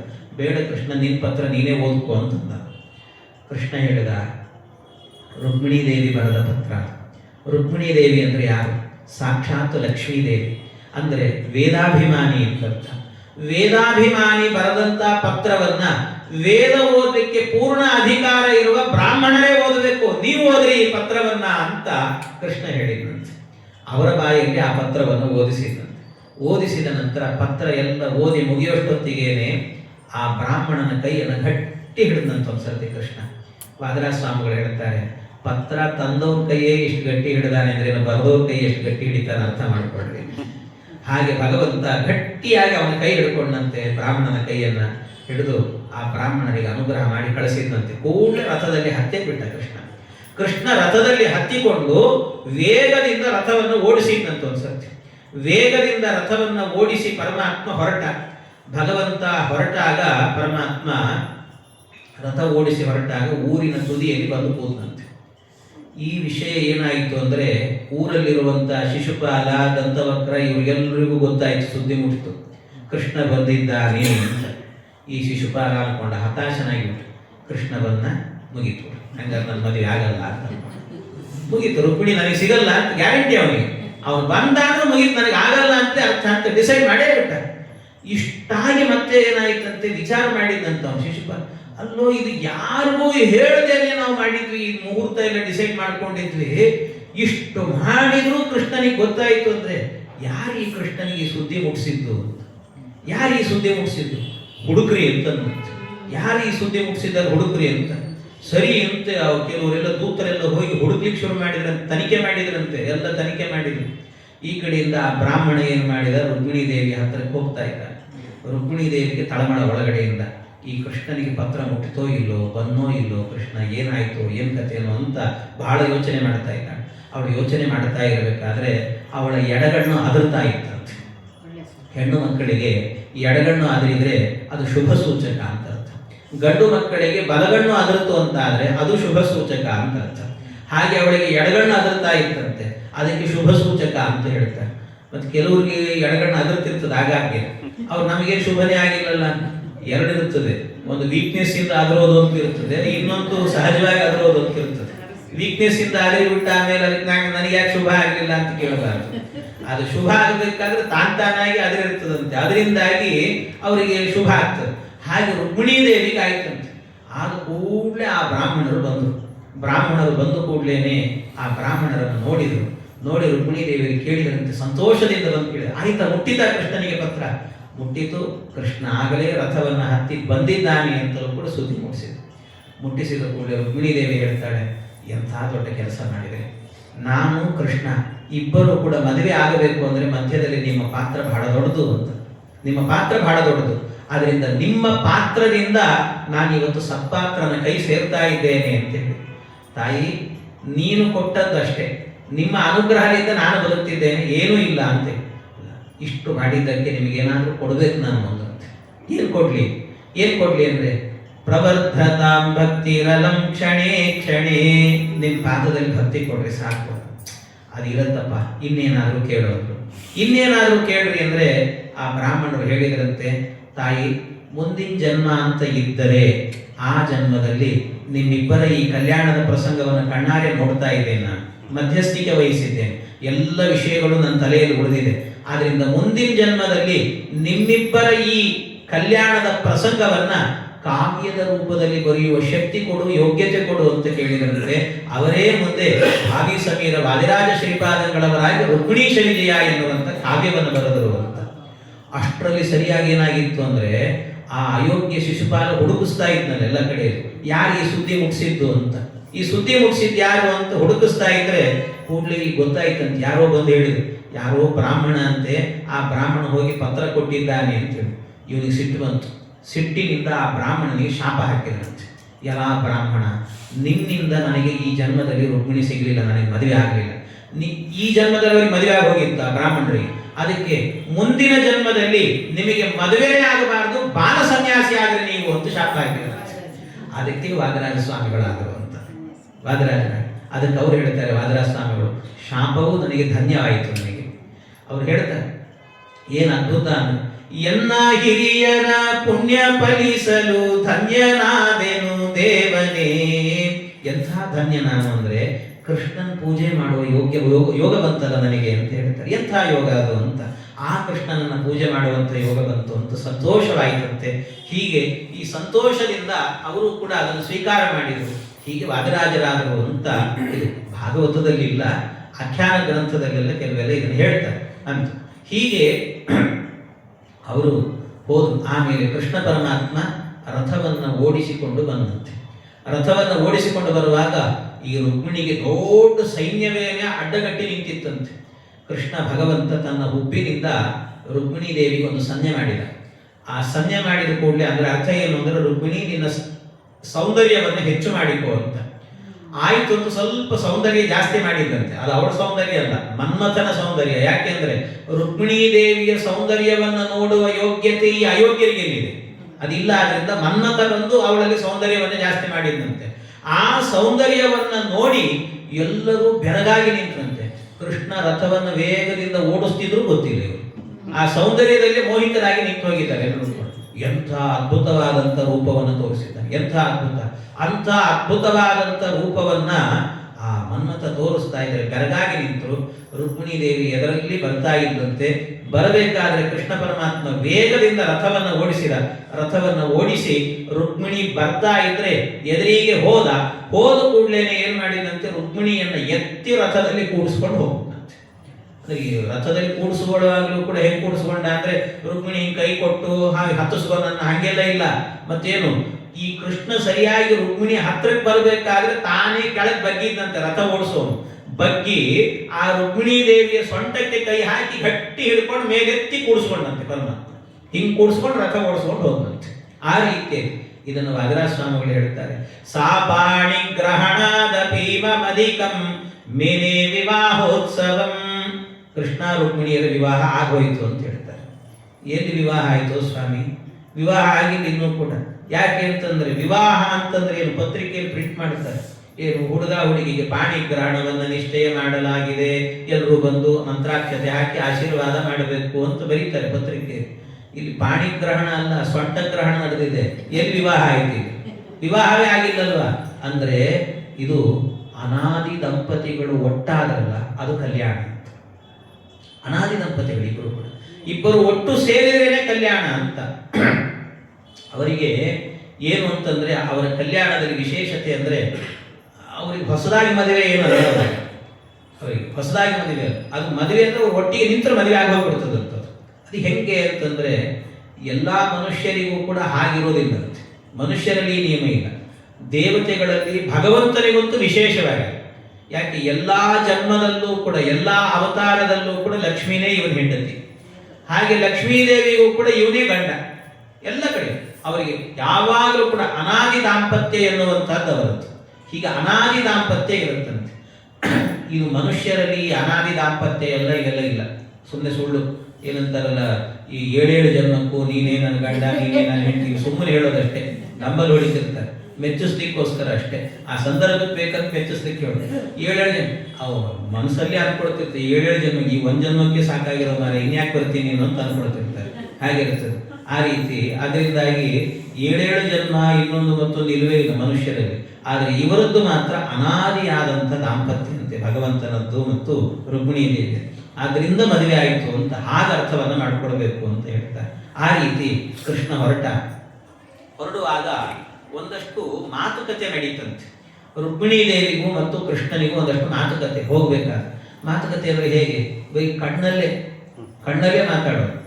ಕಣ್ಣಲ್ಲಿ ಹೆಂಗ್ ಮಾತಾಡ್ತಾರೆ ಅಂದ್ರೆ, ಕಣ್ಣಲ್ಲಿ ಮಾತಾಡ್ತಾರೆ. ಈ ವಯಸ್ಸಿಗೆ ಬಂದು ಹುಡುಗ ಹುಡುಗಿ ಇರ್ತಾರೆ, ಅವ್ರವ್ರಿಗೆ ಗೊತ್ತಾಗ್ತಿರ್ತದೆ ಮಾತಾಡೋದು, ನಮ್ಗೆ ಅರ್ಥ ಆಗೋದಿಲ್ಲ, ಬೆದರಿದ್ದಾಗಿರ್ತೀವಿ, ಅವ್ರವರೇ ಮಾತಾಡ್ಕೊಳ್ತಿರ್ತಾರೆ. ಹಾಗೆ ರುಕ್ಮಿಣಿ ದೇವಿನೂ ಕೂಡ ಪಕ್ಕದಲ್ಲೇ ನಿಂತುಕೊಂಡು ಕೃಷ್ಣನಿಗೆ ಮಾತಾಡಿಸಿದಂತೆ. ಈ ಕಣ್ಣಿಂದ ಹೀಗೆ ನೋಡಿದಂತೆ. ಆ ಕಣ್ಣಲ್ಲಿ ಏನ್ ಮಾತಾಡಿದ್ಲು ಅಂತ ಕೃಷ್ಣ ಕ್ಯಾಚ್ ಮಾಡ್ಕೊಂಡ. ಅಯ್ಯೋ ಪರವಾಗಿಲ್ಲ, ಸುಮ್ಮನಿರೇ ರುಕ್ಮಿಣಿ ಅಂತಂದಂತ ಒಂದ್ಸರ್ತಿ. ಏನ್ ಮಾತಾಡಿದ್ರು ಇವ್ರನ್ನ ಗೊತ್ತಾಗಲ್ಲ ನಮಗೆ. ವಾದಿರಾಜರು ಹೇಳ್ತಾರೆ, ಏನು ಇವ್ರ ಮಾತು ಅಂದ್ರೆ, ರುಕ್ಮಿಣಿ ದೇವಿ ಹೇಳಿದ್ದಂತೆ, ಈಗ ಕೃಷ್ಣ ಇದ್ದಾನಲ್ವ, ಈಗ ಕೃಷ್ಣ ರುಕ್ಮಿಣಿಯರ ಕಲ್ಯಾಣ. ಇದಕ್ಕಿಂತ ಮೊದಲು ರಾಮಾವತಾರದಲ್ಲಿ ಸೀತಾರಾಮರ ಕಲ್ಯಾಣ ನಡೆದಿತ್ತಂತೆ. ಆ ಸೀತಾರಾಮರ ಕಲ್ಯಾಣದ ಪ್ರಸಂಗದಲ್ಲಿ ಏನಾಯ್ತು ಅಂದ್ರೆ, ರಾಮ ಸೀತೆಯನ್ನ ಕಲ್ಯಾಣ ಮಾಡ್ಕೊಳ್ಳಿಕ್ಕೆ ಹೋಗುವಾಗ ವಿಶ್ವಾಮಿತ್ರರ ಜೊತೆಗೆ ಹೋಗ್ಬಿಡ್ತಾನೆ. ಕಲ್ಯಾಣ ಮಂಟಪಕ್ಕೆ ಬಾರೋ ಅಂತಂದ್ರೆ ಹೇಗೆ ಬರ್ತಾನೆ ಅಂದ್ರೆ, ರಾಮ ಕಾಲ್ನಡಿಗೆಯಲ್ಲಿ ಬಂದ್ಬಿಟ್ನಂತೆ. ಕಾಲ್ನಡಿಗೆಯಲ್ಲಿ ಬಂದ ಸೀತೆ ಮಾತ್ರ ಅವ್ರ ಊರಾದ್ರಿಂದ ರಥ ಗೀತ ಇತ್ತು, ಅದನ್ನ ರಥದಲ್ಲಿ ಬಂದ. ಎಲ್ಲ ಮದುವೆ ಮುಗೀತು. ಮದುವೆಲ್ಲ ಆದ್ಮೇಲೆ ಸೀತೆ ಏಕಾಂತದಲ್ಲಿ ಹೇಳಿದ್ದಂತ ಸತ್ಯ, ರಾಮ ನಮ್ಮಿಬ್ಬರು ಮದುವೆ ಎಲ್ಲ ಚೆನ್ನಾಗಾಯ್ತು, ಬಹಳ ಚೆನ್ನಾಗಿತ್ತು, ಆದರೆ ಒಂದೇ ಬೇಸರ ಇದೆ. ಏನು ಅಂದರೆ ಕಲ್ಯಾಣ ಮಂಟಪಕ್ಕೆ ಬರಬೇಕಾದ್ರೆ ನೀನು ಕಾಲ್ನಡಿಗೆಯಲ್ಲಿ ಬಂದಿ, ನಾನು ರಥದಲ್ಲಿ ಬಂದೆ, ಇದೊಂದು ಬೇಜಾರಿದೆ. ಅದಕ್ಕೇನು ಮಾಡಬೇಕು? ಇನ್ನೊಂದು ಸರ್ತಿ ಮದುವೆ ಮಾಡ್ಕೊಳ್ಳೋಣ, ನಾನು ಕಾಲ್ನಡಿಗೆಯಲ್ಲಿ ಬರ್ತೀನಿ, ನೀನು ರಥದಲ್ಲಿ ಬಾ ಅಂತೇಳಿ. ಅದಕ್ಕೆ ರಾಮ ಹೇಳಿದಂತ ಹಂಗೆಲ್ಲ ಆಗಲ್ಲ, ನಾನು ಈಗ ರಾಮಾವತಾರದಲ್ಲಿ ಏಕಪತ್ನಿ ವ್ರತ ಅನ್ನುವಂಥ ಒಂದು ವ್ರತವನ್ನು ಹಿಡ್ತಿದ್ದೀನಿ, ಹಂಗೆಲ್ಲ ಮತ್ತೆ ಮದುವೆ ಮಾಡ್ಕೊಳ್ಳಿಕ್ಕೆ ಆಗಲ್ಲ. ಮತ್ತು ನನಗೆ ಇದು ಆಸೆ ಇದೆಯಲ್ಲ, ನಿನ್ನ ಆಸೆ ನಾನು ಈಡೇರಿಸ್ತೀನಿ ಅನ್ನಂತೆ. ಈಡೇರಿಸ್ತೀನಿ ಅಂತ ಹೇಳಿ ಬಿಟ್ಬಿಟ್ಟ. ಆಮೇಲೆ ಇದನ್ನು ಬಿಟ್ಟೇ ಬಿಟ್ಟಿದ್ಲು ಅವಳು ಕೂಡ. ಈಗ ರುಕ್ಮಿಣೀ ದೇವಿಗೆ ನೆನಪಾಯ್ತಂತೆ. ಅದಕ್ಕೆ ಕಣ್ಣಿನ ನೋಟದಲ್ಲಿ ಹೇಳಿದ್ದಂತೆ, ಇವಳಿಗೆ ಏನ್ ಮಾಡಿದ್ಲು, ನಡ್ಕೊಂಡು ಬಂದಿದ್ಲು, ಕೃಷ್ಣ ರಥದಲ್ಲಿ ಬಂದಿದ್ದ, ಅದನ್ನು ನೋಡಿ ಕೃಷ್ಣನಿಗೆ ಹೇಳಿದಂತೆ, ಕಣ್ಣಿಂದ ನೋಡಿ ಹೇಳಿದ್ದು, ಯಾ ಕೃಷ್ಣ ಭಗವಂತ, ಯಾವ 23ನೇ ತ್ರೇತಾಯುಗದಲ್ಲಿ ಕೊಟ್ಟ ಮಾತನ್ನ ನೆನಪಿಟ್ಟುಕೊಂಡು 28ನೇ ದ್ವಾಪರದಲ್ಲೂ ಕೂಡ ನಡೆಸಿಕೊಡ್ತಾ ಇದೆಯಲ್ಲೋ ಭಗವಂತ ಅಂತ ಅವಳು ಹೇಳಿದ್ರೆ, ಅಯ್ಯೋ ಪರವಾಗಿಲ್ಲ ರುಕ್ಮಿಣಿ ಸುಮ್ಮನಿರೆ ಅಂತ ಅವನು ಹೇಳ್ತಾ ಇದ್ದ. ಇದು ಅವರ ಕಣ್ಣಿನ ನೋಟದ ಮಾತುಗಳೆಲ್ಲವೂ ಕೂಡ ಹೀಗಿತ್ತು ಅಂತ ಅವರ ವರ್ಣನೆ. ಈ ತರ ಮಾಡ್ತಾ ಭಗವಂತ ಅವಳನ್ನು ಕರ್ಕೊಂಡು ಮೂಲಮಾಧವ ಅನ್ನುವಂಥ ಕ್ಷೇತ್ರಕ್ಕೆ ಹೋಗ್ತಾನೆ ಭಗವಂತ, ದ್ವಾರಕಾಪಟ್ಟಣದ ಹತ್ತಿರ. ಹೋಗಬೇಕಾದ್ರೆ ಎಲ್ಲ ಸಾಲುಗಟ್ಟಿ ನಿಂತಿದ್ರಂತೆ ಎಲ್ಲರೂ ಕೂಡ. ಎಲ್ಲರೂ ಸಾಲುಗಟ್ಟಿ ನಿಂತಾಗ ನೋಡ್ತಾರೆ ಭಗವಂತ ಬರ್ತಾ ಇದ್ದಾನೆ. ಎಂಥ ದಿವ್ಯವಾದಂಥ ರೂಪ ಪರಮಾತ್ಮನದ್ದು, ಅದ್ಭುತವಾಗಿರುವಂಥ ರೂಪ ಪರಮಾತ್ಮನದ್ದು. ಅವನನ್ನು ನೋಡಿ ಯಾರಿವನು ಅಂತ ಅನ್ಕೊಂಡ್ರಂತ ಒಂದ್ಸರ್ತಿ. ನಾಯಂ ಸ್ಮರಶ್ಯಾಮಲ ಕೋಮಲಾಂಗಃ, ನಾಯಂ ಶಶೀವೀತ ಕಲಂಕ ಶಂಕಃ, ನಾಯಂ ರವಿರ್ಲೋಕ ದೃಗಾರ್ತಿಹಾರಿ, ಸೋಯಂ ಪುರಾಣ ಪುರುಷೋದ್ವಿತೀಯ. ಯಾರಿವನು ಅಂತ ಯೋಚನೆ ಮಾಡ್ತಿದ್ದಾರೆ. ಯಾರಿವನು ಅಂತ ಯೋಚನೆ ಮಾಡಿದ್ರೆ ಈ ಭಗವಂತ ಅಷ್ಟು ಸುಲಭದಲ್ಲಿ ಸಿಗೋನ ಇವನು. ನಾಯಂ ಸ್ಮರಶ್ಯಾಮಲ ಕೋಮಲಾಂಗ, ಇಷ್ಟು ಸುಂದರವಾಗಿದ್ದಾನೆ. ಮನ್ಮಥನ ಇವನು ಅಲ್ಲ. ಯಾಕೆಂದ್ರೆ ಮನ್ಮಥನಿಗೆ ದೇಹ ಇಲ್ಲ, ಸುಟ್ಟು ಹೋಗಿದೆ ಅವನಿಗೆ. ಆದ್ರಿಂದ ನಾಯಂ ಸ್ಮರಶ್ಯಾಮಲ ಕೋಮಲಾಂಗ ಅಲ್ಲ. ಚಂದ್ರನ ಇವನು ಅಂದ್ರೆ ಚಂದ್ರನಲ್ಲಿ ಕಳಂಕ ಇದೆ, ಇವನಲ್ಲಿ ಕಳಂಕವೇ ಇಲ್ಲ. ನಾಯಂ ಶಶೀವೀತ ಕಲಂಕ ಶಂಕಃ ಅಲ್ಲ. ಮತ್ತೆ ಹಾಗಾದ್ರೆ ಯಾರು? ಸೂರ್ಯನ ಅಂದ್ರೆ ಸೂರ್ಯನನ್ನ ನೋಡಿದ್ರೆ ನೋಡಬೇಕು ಅಂತ ಅನ್ಸಲ್ಲ, ಕಣ್ಣಲ್ಲಿ ನೀರು ಬರ್ಲಿಕ್ಕೆ ಶುರುವಾಗುತ್ತೆ. ಆದ್ರೆ ಇವನನ್ನ ನೋಡಿದಷ್ಟು ನೋಡಬೇಕು ಅನ್ಸುತ್ತೆ. ಆದ್ರಿಂದಾಗಿ ನಾಯಂ ರವಿರ್ಲೋಕ ದೃಗಾರ್ತಿಹಾರಿ. ಮತ್ತೆ ಯಾರಿವನು? ಸೋಯಂ ಪುರಾಣ ಪುರುಷೋದ್ವಿತೀಯ, ಅದ್ವಿತೀಯನಾದಂತ ಪುರಾಣ ಪುರುಷೋತ್ತಮನಾದಂತ ಜಗದೊಡೆಯನಾದಂತ ಸರ್ವೋತ್ತಮನಾದಂತ ಸಾಕ್ಷಾತ್ ಶ್ರೀಹರಿಯೇ ಈ ಭಗವಂತ ಕೃಷ್ಣ ಅಂತ ಎಲ್ಲರೂ ಕೂಡ ಕೈ ಮುಗಿದ್ರಂತೆ. ಒಂದ್ಸರ್ತಿ ಪರಮಾತ್ಮನನ್ನು ಸ್ವಾಗತ ಮಾಡಿದ್ರಂತೆ. ಹೀಗೆ ಸ್ವಾಗತವನ್ನ ಮಾಡುತ್ತಾ ಭಗವಂತನನ್ನು ಒಳಗೆ ಕರ್ಕೊಂಡಾದ ನಂತರ ಪರಮಾತ್ಮನಿಗೆ ವೈಭವದ ವಿವಾಹವನ್ನ ಮಾಡ್ತಾರಂತೆ. ಕೃಷ್ಣ ರುಕ್ಮಿಣಿಯರ ವಿವಾಹ ಅಂದ್ರೆ ವೈಭವದ ವಿವಾಹ. ಎಂಥ ವೈಭವದ ವಿವಾಹ ಅಂತೀರಿ. ರುಕ್ಮಿಣೀ ದೇವಿಯದ್ದು ಇವ್ರದ್ದು ಇಬ್ಬರದ್ದು ಕೂಡ ಅಂದ್ರೆ ಭಾರಿ. ಇದು ಏನು ಅಂತಂದ್ರೆ ಕೃಷ್ಣ ಈಗ ಬಂದು ವಿವಾಹ ಮಾಡಿಕೊಡ್ತಿದ್ದಾನಲ್ಲ, ಈ ವಿವಾಹ ಎನ್ನುವಂತಹದ್ದು ಯಾವ ವಿವಾಹ ಅಂತ, ಯಾವ ವಿವಾಹ ಮಾಡಿಕೊಂಡ ಕೃಷ್ಣ ಅಂದ್ರೆ, ಇದು ಒಂದೊಂದು ವಿವಾಹ. ಸಾಮಾನ್ಯವಾಗಿ ವಿವಾಹಗಳಲ್ಲಿ 8 ವಿಧವಾದಂಥ ವಿವಾಹಗಳಿದ್ದಾವೆ. 8 ವಿಧವಾದಂಥ ವಿವಾಹ.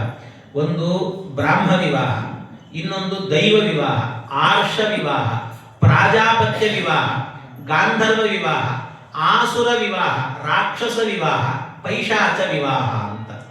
ಅಂದ್ರೆ ಅರ್ಥ ಏನು ಗೊತ್ತಾ? ಈ ವಿವಾಹಗಳಲ್ಲೆಲ್ಲ ವ್ಯತ್ಯಾಸಗಳಿದ್ದಾರೆ, ಸ್ವಲ್ಪ ವ್ಯತ್ಯಾಸಗಳಲ್ಲಿ. ಒಂದು ಮೊದಲನೇದಾಗಿ ಬ್ರಾಹ್ಮ ವಿವಾಹ ಅಂತ ಹೇಳ್ತೇವೆ. ಈ ಬ್ರಾಹ್ಮ ವಿವಾಹ ಅನ್ನುವಂಥದ್ದು ಇದೆಯಲ್ವಾ, ಈ ಬ್ರಾಹ್ಮ ವಿವಾಹ ಅಂತ ಹೇಳಿದ್ರೆ ಅದರ ಅರ್ಥ ಏನು ಅಂತಂದ್ರೆ, ಬ್ರಾಹ್ಮ ವಿವಾಹ ಅಂದ್ರೆ ವರನನ್ನ ಕರೆದು, ವರನನ್ನ ಬರ್ರಿ ನಮ್ಮಲ್ಲಿ ಒಂದು ಕನ್ಯೆ ಇದೆ ಅಂತ ಮೊದಲೊಂದ್ಸರ್ತಿ ನೋಡಿ ಮಾಡಿ ಮಾತಾಡಿಕೊಂಡು ಎಲ್ಲ ವ್ಯವಸ್ಥಿತವಾಗಿ ಮದುವೆಯನ್ನ ಅಲಂಕೃತಳಾದಂತ ಕನ್ಯೆಯನ್ನ ದಾನ ಕೊಡೋದಿದೆಯಲ್ವಾ, ಇದನ್ನ ಏನಂತ ಕರೀತಾರೆ ಅಂದ್ರೆ ಬ್ರಾಹ್ಮ ವಿವಾಹ. ನಾವೆಲ್ಲ ಸಹಜವಾಗಿ ಮಾಡಿಕೊಳ್ಳುವಂತ ವಿವಾಹ ಇದು ಬ್ರಾಹ್ಮ ವಿವಾಹ ಅಂತ ಕರೀತಾರೆ. ಇನ್ನೊಂದು ದೈವ ವಿವಾಹ ಅಂತ ಕರೀತಾರೆ. ದೈವ ವಿವಾಹ ಅಂದ್ರೆ ಯಜ್ಞದಲ್ಲಿ ಒಬ್ಬ ಯಜ್ಞ ಮಾಡಲಿಕ್ಕೆ ಅಂತ ಕೂತಿರ್ತಾನೆ ಋತ್ವಿಜ. ಆ ಋತ್ವಿಜನಿಗೆ ಯಜ್ಞ ಎಲ್ಲ ಆದ ಮೇಲೆ ದಕ್ಷಿಣೆಯ ಜೊತೆಗೆ ಒಂದು ಕನ್ಯೆಯನ್ನು ದಾನ ಮಾಡಿದರೆ ಅದನ್ನ ದೈವ ವಿವಾಹ ಅಂತ ಕರೀತಾರೆ. ಹಿಂದೆಲ್ಲ ಇಂಥ ವಿವಾಹಗಳು ನಡೀತಾ ಇತ್ತು, ಹಾಗಾಗಿ ಅದನ್ನ ದೈವ ವಿವಾಹ ಅಂತ ಕರೀತಾರೆ. ಇನ್ನೊಂದು ಆರ್ಷ ವಿವಾಹ ಅಂತ. ಆರ್ಷ ವಿವಾಹ ಅಂದ್ರೆ ಹಸು ಮತ್ತು ಎತ್ತು ಈ ಎರಡನ್ನೂ ಕೂಡ ಕನ್ಯಾ ಪಿತೃವಿಗೆ ಕೊಟ್ಟು ಕನ್ಯಾದಾನವನ್ನು ಪಡೆದ್ರೆ ಇದನ್ನ ಆರ್ಷ ವಿವಾಹ ಅಂತ ಕರೀತಾರೆ ವಿವಾಹ. ಇನ್ನೊಂದು ಪ್ರಾಜಾಪತ್ಯ ವಿವಾಹ ಅಂತ. ಒಬ್ಬ ಕನ್ಯಾ ಪಿತೃವಾದವನು ಒಬ್ಬ ವ್ಯಕ್ತಿಗೆ ಕನ್ಯಾದಾನವನ್ನ ಮಾಡಬೇಕಾದ್ರೆ ಒಪ್ಪಂದ ಮಾಡಿಕೊಳ್ಳೋದು ಏನು, ನಿನ್ನ ಜೀವನದ ಉದ್ದಕ್ಕೂ ಕೂಡ ಬರೀ ಧರ್ಮವನ್ನೇ ಆಚರಣೆ ಮಾಡಿಕೊಂಡಿರಬೇಕು ಅಂತ ಅವನಿಗೆ ಹೇಳಿ ಕನ್ಯಾದಾನವನ್ನ ಮಾಡಿದರೆ, ಬರೀ ಧರ್ಮಾಚರಣೆ ಬಿಟ್ಟರೆ ಮತ್ತೇನಿಲ್ಲ ಅದನ್ನೇ ಮಾಡಬೇಕು ಅಂತ ಈ ರೀತಿ ಕನ್ಯಾದಾನವನ್ನು ಸ್ವೀಕಾರ ಮಾಡಿದರೆ ಇದನ್ನು ಪ್ರಾಜಾಪತ್ಯ ವಿವಾಹ ಅಂತ ಕರೀತಾರೆ. ಇನ್ನು ಗಾಂಧರ್ವ ವಿವಾಹ ಅಂತ. ಗಾಂಧರ್ವ ವಿವಾಹ ಅಂತ ಹೇಳಿದ್ರೆ ಗಂಡು ಹೆಣ್ಣು ತಂದೆ ತಾಯಿಗಳು ನೋಡಿರಲ್ಲ, ಏನಿಲ್ಲ, ಗಂಡು ಹೆಣ್ಣು ತಾವೇ ಪರಸ್ಪರವಾಗಿ ಒಪ್ಪಿಗೆಯನ್ನು ಸೂಚಿಸಿಕೊಂಡು ಅಂದ್ರೆ ಇಬ್ಬರು ಪ್ರೀತಿಸಿಕೊಂಡು ಮದುವೆಯನ್ನ ಮಾಡಿಕೊಂಡ್ರು ಅಂತಾದ್ರೆ ಇದಕ್ಕೆ ಗಾಂಧರ್ವ ವಿವಾಹ ಅಂತ ಹೇಳ್ತಾರೆ. ಗಂಡು ಹೆಣ್ಣು ತಾವೇ ಪ್ರೀತಿಗೆ ಒಳಗಾಗಿ ಇಬ್ಬರು ಕೂಡ ಮದುವೆ ಮಾಡಿಕೊಳ್ಳೋದು ಅಂತ. ಹೀಗೆ ಇದು ಗಾಂಧರ್ವ ವಿವಾಹ. ಇನ್ನೊಂದಿದೆ ಆಸುರ ವಿವಾಹ ಅಂತ. ಅಂದ್ರೆ ಆಸುರ ವಿವಾಹ ಅಂತ ಹೇಳಿದ್ರೆ ಕನ್ಯಾ ಪಿತೃವಾದವನಿಗೆ ಅವನು ಕೇಳ್ತಾನೆ, ನನಗೆ ಇಷ್ಟು ದುಡ್ಡು ಬೇಕು ಅಂತ ಕೇಳ್ತಾನಂತೆ, ಹಣ ಬೇಕು ಅಂತ ಕೇಳ್ತಾನೆ. ಆ ಹಣ ಬೇಕು ಅಂತ ಕೇಳಿದಾಗ ಕನ್ಯಾ ಪಿತೃ ಎಷ್ಟು ಕೇಳ್ತಾನೋ ಅಷ್ಟು ದುಡ್ಡನ್ನ ಕೊಟ್ಟು ಕನ್ಯೆಯನ್ನ ತಗೊಂಡ ಅಂದ್ರೆ ಇದನ್ನ ಆಸುರ ವಿವಾಹ ಅಂತ ಕರೀತಾರೆ. ಆಸುರ ವಿವಾಹ. ಇನ್ನೊಂದಿದೆ, ವಧುವನ್ನ ಹುಡುಗಿಯನ್ನ ಅಪಹರಣ ಮಾಡಿಕೊಂಡು ಹೋಗಿ ಮದುವೆ ಮಾಡಿಕೊಂಡ್ರೆ ಅದನ್ನ ರಾಕ್ಷಸ ವಿವಾಹ ಅಂತ ಕರೀತಾರೆ. ಅಪಹರಣ ಮಾಡಿಕೊಂಡು ಮದುವೆ ಮಾಡಿಕೊಂಡು.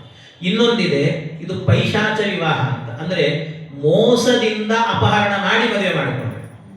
ಒಂದು ಸಹಜವಾಗಿ ಅಪಹರಣ ಮಾಡಿಕೊಳ್ಳೋದು, ಇನ್ನೊಂದು ಮೋಸ ಮಾಡಿ ಅಪಹರಣ ಮಾಡೋದು ಅಂತ. ಈ ರೀತಿಯಲ್ಲಿ ಅದನ್ನ ಪೈಶಾಚ ವಿವಾಹ ಅಂತ ಕರೀತಾರೆ. ಇಲ್ಲಿ ಕೃಷ್ಣ ಯಾವ ವಿವಾಹ ಮಾಡಿಕೊಂಡ? ಯಾವ ವಿವಾಹ ಅಂದ್ರೆ ಭಾಗವತದ ತೃತೀಯ ಸ್ಕಂದ ಕೇಳಿದವರಿಗೆ ತೃತೀಯ ಸ್ಕಂದದಲ್ಲಿ ಹೇಳುತ್ತಾರೆ ಗಾಂಧರ್ವ ವಿವಾಹ ಮಾಡಿಕೊಂಡ.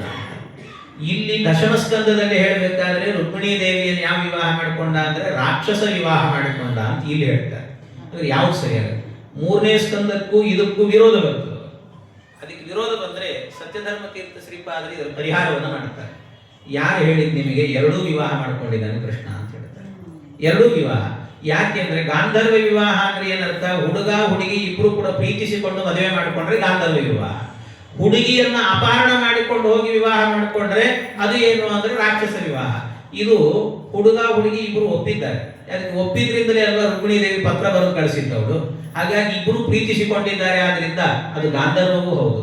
ಆದ್ರೆ ಎಲ್ಲರೂ ನೋಡ್ತಾ ಇದ್ದಂತೆ ಕೃಷ್ಣ ಅವಳನ್ನ ಅಪಹರಣ ಮಾಡಿಕೊಂಡು ಹೋದಾದ್ರಿಂದ ರಾಕ್ಷಸವೂ ಹೌದು. ಆದ್ರಿಂದ ಎರಡೂ ಸರಿ ಇದು ಅಂತ ತೃತೀಯ ಸ್ಕಂದ ಹೇಳಿದ್ದು ಸರಿ ಮತ್ತು ಈ ದಶಮ ಸ್ಕಂದದಲ್ಲಿ ಹೇಳಿದ್ದು ಕೂಡ ಸರಿ ಅಂತ ತಿಳ್ಕೊಳ್ಬೇಕು ಅಂತ ಇದನ್ನು ಸತ್ಯಧರ್ಮ ತೀರ್ಥ ಶ್ರೀಪಾದರು ಕೂಡಿಸ್ತಾರೆ ಇದನ್ನೆಲ್ಲವನ್ನು ಕೂಡ. ಹೀಗೆ ಆ ಭಗವಂತ ಅವಳನ್ನು ಕರ್ಕೊಂಡು ಹೋಗಿದ್ದಾನೆ, ಇಲ್ಲಿ ಮದುವೆ ಮಾಡಿಕೊಡುತ್ತಿದ್ದಾನೆ ಭಗವಂತ. ಆ ಮದುವೆಯನ್ನ ಮಾಡಿಕೊಳ್ಳುವಾಗ ಪರಮಾತ್ಮ ಒಂದು ದಿವ್ಯ, ಪರಮಾತ್ಮನ ವಿವಾಹದಲ್ಲೂ ಕೂಡ ರುಕ್ಮಿಣೀ ದೇವಿಗೆ ಬೇಸರ ಆಗಬಾರದು ಅಂತ ಇದರ ಮಧ್ಯದಲ್ಲಿ ಒಂದಷ್ಟು ನಾನು ಬಿಟ್ಟಿದ್ದೇನೆ. ರುಕ್ಮಿಯನ್ನ ಹೊಡಿತಾನೆ ಒಂದಷ್ಟು. ಇವರ ಅಣ್ಣ ಏನಿದ್ದಾನೆ ಅವನನ್ನು ಹೊಡೆದು ಮಾಡಿ ತಲೆ ಬೋಳಿಸಿ ಅವನನ್ನ ಅಲ್ಲೇ ಬಿಟ್ಟು ಹೋಗ್ತಾನೆ. ಅರ್ಧ ಮೀಸೆಯನ್ನು ಮಾಡಿ ಅವನಿಗೆ ಎಲ್ಲ ಅವಮಾನಗಳನ್ನು ಮಾಡಿ ಹೋಗ್ತಾನೆ. ರುಕ್ಮಿಣೀ ದೇವಿ ಕೇಳ್ಕೊಳ್ತಾಳೆ, ಎಷ್ಟಾದ್ರೂ ನಾನು ಒಡಗುಟ್ಟಿದವನು ಕೊಲ್ಲಬೇಡ, ಬಿಟ್ಬಿಡು ಅಂತ ಹೇಳ್ತಾಳೆ. ಆಯ್ತು ಅಂತ ಅವನನ್ನು ಬಿಟ್ಟು ಯುದ್ಧಕ್ಕೆ ಬಂದಿರ್ತಾನೆ, ಹೊಡೆದು ಹೋಗ್ತಾನೆ ಕೃಷ್ಣ. ಇಷ್ಟೆಲ್ಲ ಮಾಡಿ ಹೋದ ನಂತರ ಕೃಷ್ಣನಿಗೆ ಮದುವೆ ಮನೆಯಲ್ಲಿ ರುಕ್ಮಿಣೀ ದೇವಿಗೆ ಬೇಸರ ಆಗಬಾರದು ಅಂತ ಅದರಲ್ಲಿ ಎರಡು ಭಾಗ ಮಾಡಿದಂತೆ ಪರಮಾತ್ಮ.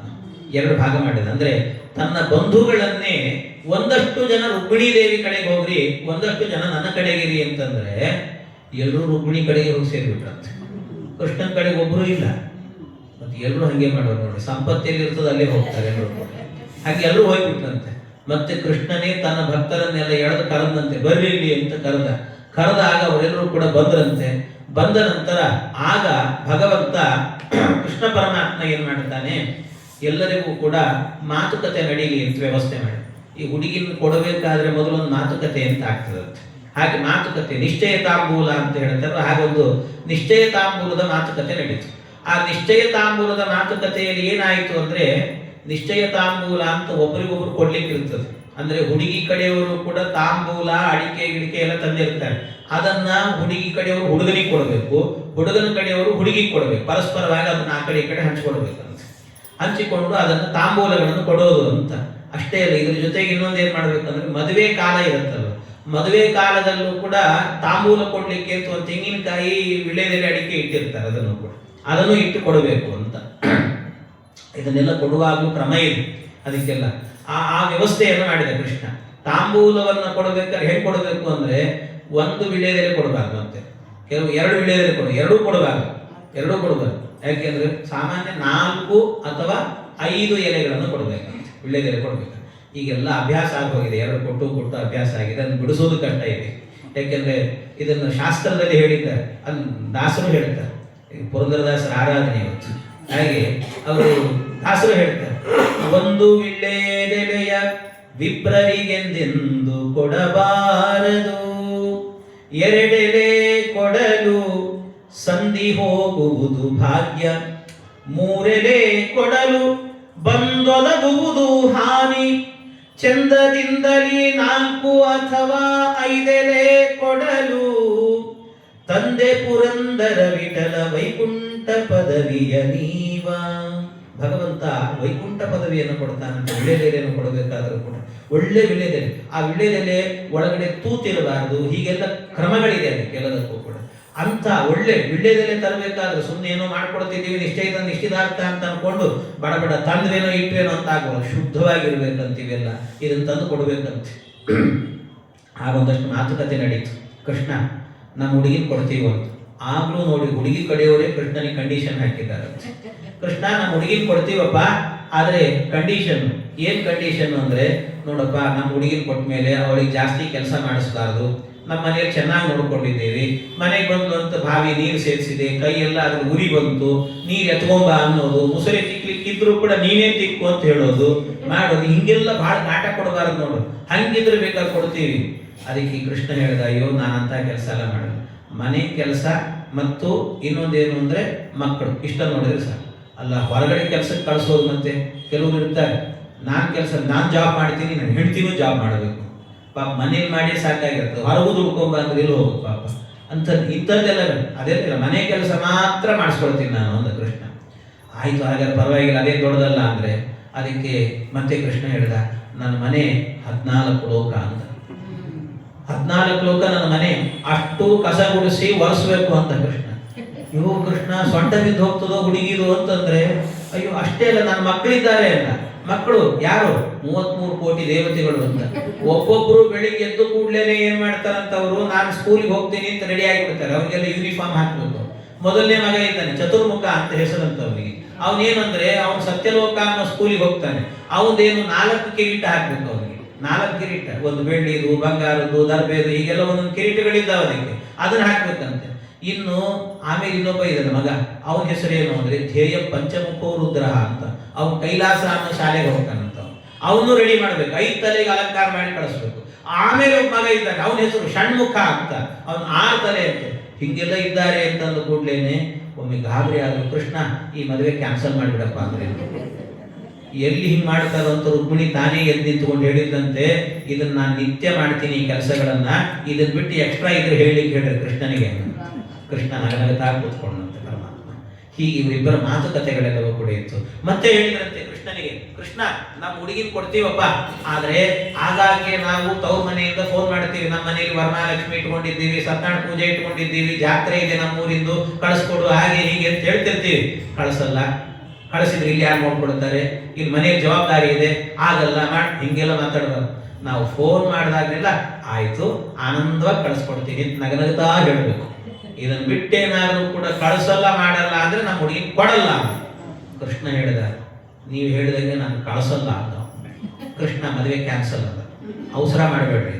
ಯಾಕೆ ಅಂದ್ರೆ ನಾನು ಹೇಳಿದ್ದು ಕಳಿಸಲ್ಲ ಅಂದ್ರೆ ಅರ್ಥ ಏನು, ರುಕ್ಮಿಣಿ ಕಳಿಸಲ್ಲ ಅಂತ ಅರ್ಥ ಅಲ್ಲ, ರುಕ್ಮಿಣಿ ಒಬ್ಬಳನ್ನೇ ಕಳಿಸಲ್ಲ, ಜೊತೆಗೆ ನಾನು ಬರ್ತೀನಿ ಅಂದ್ರೆ ಅರ್ಥ ಏನು ಅಂದ್ರೆ, ನೀವು ವರಮಹಾಲಕ್ಷ್ಮಿ ಪೂಜೆ ಅನ್ಕೊಂಡು ಲಕ್ಷ್ಮೀ ಮಾವಾಯಾಮಿ ಅಂದ್ರೆ ಬರಲ್ಲ ಲಕ್ಷ್ಮೀ ದೇವಿ. ವಿಷ್ಣುನ ಸಹಿತಾಧ್ಯಾತ ಸಾಪಿ ತುಷ್ಟಿಂ ಪರಂಗತ ಅಂತ ಅಂದ್ರೆ ವಿಷ್ಣುವಿನ ಜೊತೆಗೆ ಲಕ್ಷ್ಮೀ ದೇವಿಯ ಆರಾಧನೆಯನ್ನು ಮಾಡಬೇಕಂತೆ. ಬಹಳ ಜನ ಅಮಾವಾಸ್ಯೆ ಬಂದ್ರೆ ಲಕ್ಷ್ಮೀ ಪೂಜೆ ಅಂತ ಇರ್ತಾರೆ. ಲಕ್ಷ್ಮೀ ಪೂಜೆ ಅಲ್ಲ, ಲಕ್ಷ್ಮೀ ನಾರಾಯಣನ ಪೂಜೆ ಅನ್ಬೇಕದು. ಬರೀ ಗಂಡನನ್ನು ಬಿಟ್ಟು ಹೆಂಡತಿಗೆ ಮಾತ್ರ ಪೂಜೆ. ನಿಮಗೆ ಯಾರಾದ್ರಿಗೂ ಕೂಡ ಒಬ್ಬ ಪತಿವ್ರತೆ ಆದವನಿಗೆ ಮನೆಗೆ ಬಂದವರು ಲಗ್ನ ಪತ್ರಿಕೆಯನ್ನು ಕೊಡಬೇಕಾದ್ರೆ ಗಂಡ ಮನೆಯಲ್ಲಿ ಇದ್ರೂ ಕೂಡ ಅವನ ಹೆಸರನ್ನು ಪತ್ರಿಕೆ ಮೇಲೆ ಬರೆಯದೇನೆ ಹೆಂಡತಿ ಹೆಸರನ್ನು ಬರೆದು ಕೊಟ್ರೆ ಎಷ್ಟು ಬೇಜಾರಾಗುತ್ತೆ ಹೆಂಡತಿ. ನನ್ನ ಗಂಡ ಇರುವಾಗ ನನಗೆ ಹೇಳ್ತೇನೆ ನೀವು ಅಂತ, ಬರೋದಿಲ್ಲ ಹೋಗ್ರಿ ಅಂತ ಹೇಳ್ತಾರೆ. ಹಂಗೆ ಅದರಿಂದ ಬರೀ ಲಕ್ಷ್ಮಿಗೆ ಮಾಡಿದ್ರೆ ಲಕ್ಷ್ಮಿ ಬರೋದಿಲ್ಲ, ನಾನು ಅಂದ್ಬಿಡ್ತಾಳಂತೆ. ಲಕ್ಷ್ಮೀ ನಾರಾಯಣನ ಪೂಜೆ ಅಂತ ಮಾಡಬೇಕು. ಇದನ್ನು ಭಗವಂತ ತೋರಿಸಿಕೊಡ್ತಾನೆ ಪರಮಾತ್ಮ. ಇದನ್ನೆಲ್ಲ ತೋರಿಸಿದ ದೇವರು ತೋರಿಸಿ ಆದ ನಂತರ ಆಮೇಲೆ ವಿವಾಹಕ್ಕೆ ಅಂತ ತಯಾರಿ ಮಾಡಿಕೊಳ್ಬೇಕು. ನಿಶ್ಚಯಗಳನ್ನು ಮಾಡಿ ತಾಂಬೂಲವನ್ನು ಕೊಟ್ಟರು. ತಾಂಬೂಲವನ್ನು ಕೊಡೋದು ಅಂದ್ರೆ ಅದರ ಅರ್ಥ ಏನು? ತಾಂಬೂಲ ಕೊಟ್ಟರು ಅಂತಂದ್ರೆ ಏನ್ ಮಾಡ್ಬೇಕು? ತಾಂಬೂಲ, ಆ ತಾಂಬೂಲವನ್ನ ಗಂಡು ಕೊಟ್ಟದ್ದನ್ನ ಹೆಣ್ಣಿನ ಕಡೆಯವರು ಹಾಕೊಳ್ಬೇಕಂತೆ, ಹೆಣ್ಣಿನ ಕಡೆಯವರು ಕೊಟ್ಟದ್ದನ್ನ ಗಂಡಿನ ಕಡೆಯವರು ಹಾಕೊಳ್ಬೇಕಂತ, ಬಾಯಿಗೆ ಹಾಕಿ ನಮಲ್ಬೇಕಂತೆ. ಅದು ವಿಠಲ ಅಂತ. ವಿಠಲ ವಿಠಲ ಅಂತ ಹೇಳಿದ್ರೆ ಅದರ ಅರ್ಥ ಏನು ಅಂದ್ರೆ ವಿ ವಿ ಅಂದ್ರೆ ವಿಳ್ಳೆದೆಲೆ ಅಂತ ಅರ್ಥ.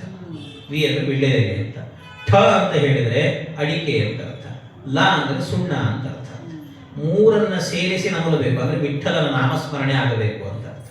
ವಿಠಲನ ನಾಮಸ್ಮರಣೆ ಅಂದ್ರೆ ಅರ್ಥ ಏನು ಅಂದ್ರೆ ಅದು ವಿಳ್ಳೆದೆಲೆಯನ್ನ ಕೊಟ್ಟಾಗ, ಈ ತಾಂಬೂಲ ಅಂತ ಮದುವೆಯಲ್ಲಿ ಕೊಡ್ತೀವಲ್ಲ, ತೆಂಗಿನಕಾಯಿ ಜೊತೆಗೆ ತಾಂಬೂಲ ಕೊಡ್ತೀವಲ್ಲ, ಅದನ್ನು ಕೊಟ್ಟಾಗಲೂ ಕೂಡ ಯಾಕೆ ಕೊಟ್ಟಿರ್ತಾರೆ ಅಂದ್ರೆ ಊಟ ಎಲ್ಲ ಆದ್ಮೇಲೆ ಊಟದೊತ್ತಿ ಕೊಡ್ತಾರೆ ತಾಂಬೂಲವನ್ನು ಕೊಡಬೇಕಾದ್ರೆ. ಆ ಮದುವೆಯಿಂದ ಹೋಗ್ತಿರ್ತಾರೆ ಅಂತ ಆ ತಾಂಬೂಲವನ್ನು ತೆಗೆದು ಅವ್ರು ಹಾಕೊಡ್ಬೇಕು, ತಿನ್ಬೇಕಂತ. ತಿನ್ನುವಾಗ ಅವ್ರು ಏನಾಗಬೇಕು ಅಂದ್ರೆ ಹೋಗುವಾಗ ಏನಾಗತ್ತಂತೆ ಅದನ್ನೆಲ್ಲ ನಾಲಿಗೆಗೆ ಹಾಕೊಂಡು ತಿಂತಾರಲ್ಲ. ಎಷ್ಟು ವಿಚಿತ್ರ ಅಂದ್ರೆ ವಿಳ್ಳೆದೆಲೆ ಇರುವಂತಹದ್ದು ಹಸಿರು, ಸುಣ್ಣ ಬಿಳಿ, ಅಡಿಕೆ ಕಪ್ಪಿರ್ತದೆ. ಈ ಮೂರನ್ನ ಸೇರಿಸಿ ಬಾಯಿಗೆ ಹಾಕಿ ಜಗದ್ರೆ ಬಾಯೆಲ್ಲ ಕೆಂಪಾಗುತ್ತಂತೆ, ರಂಗಾಗುತ್ತೆ, ರಂಗು ಬರುತ್ತದೆ.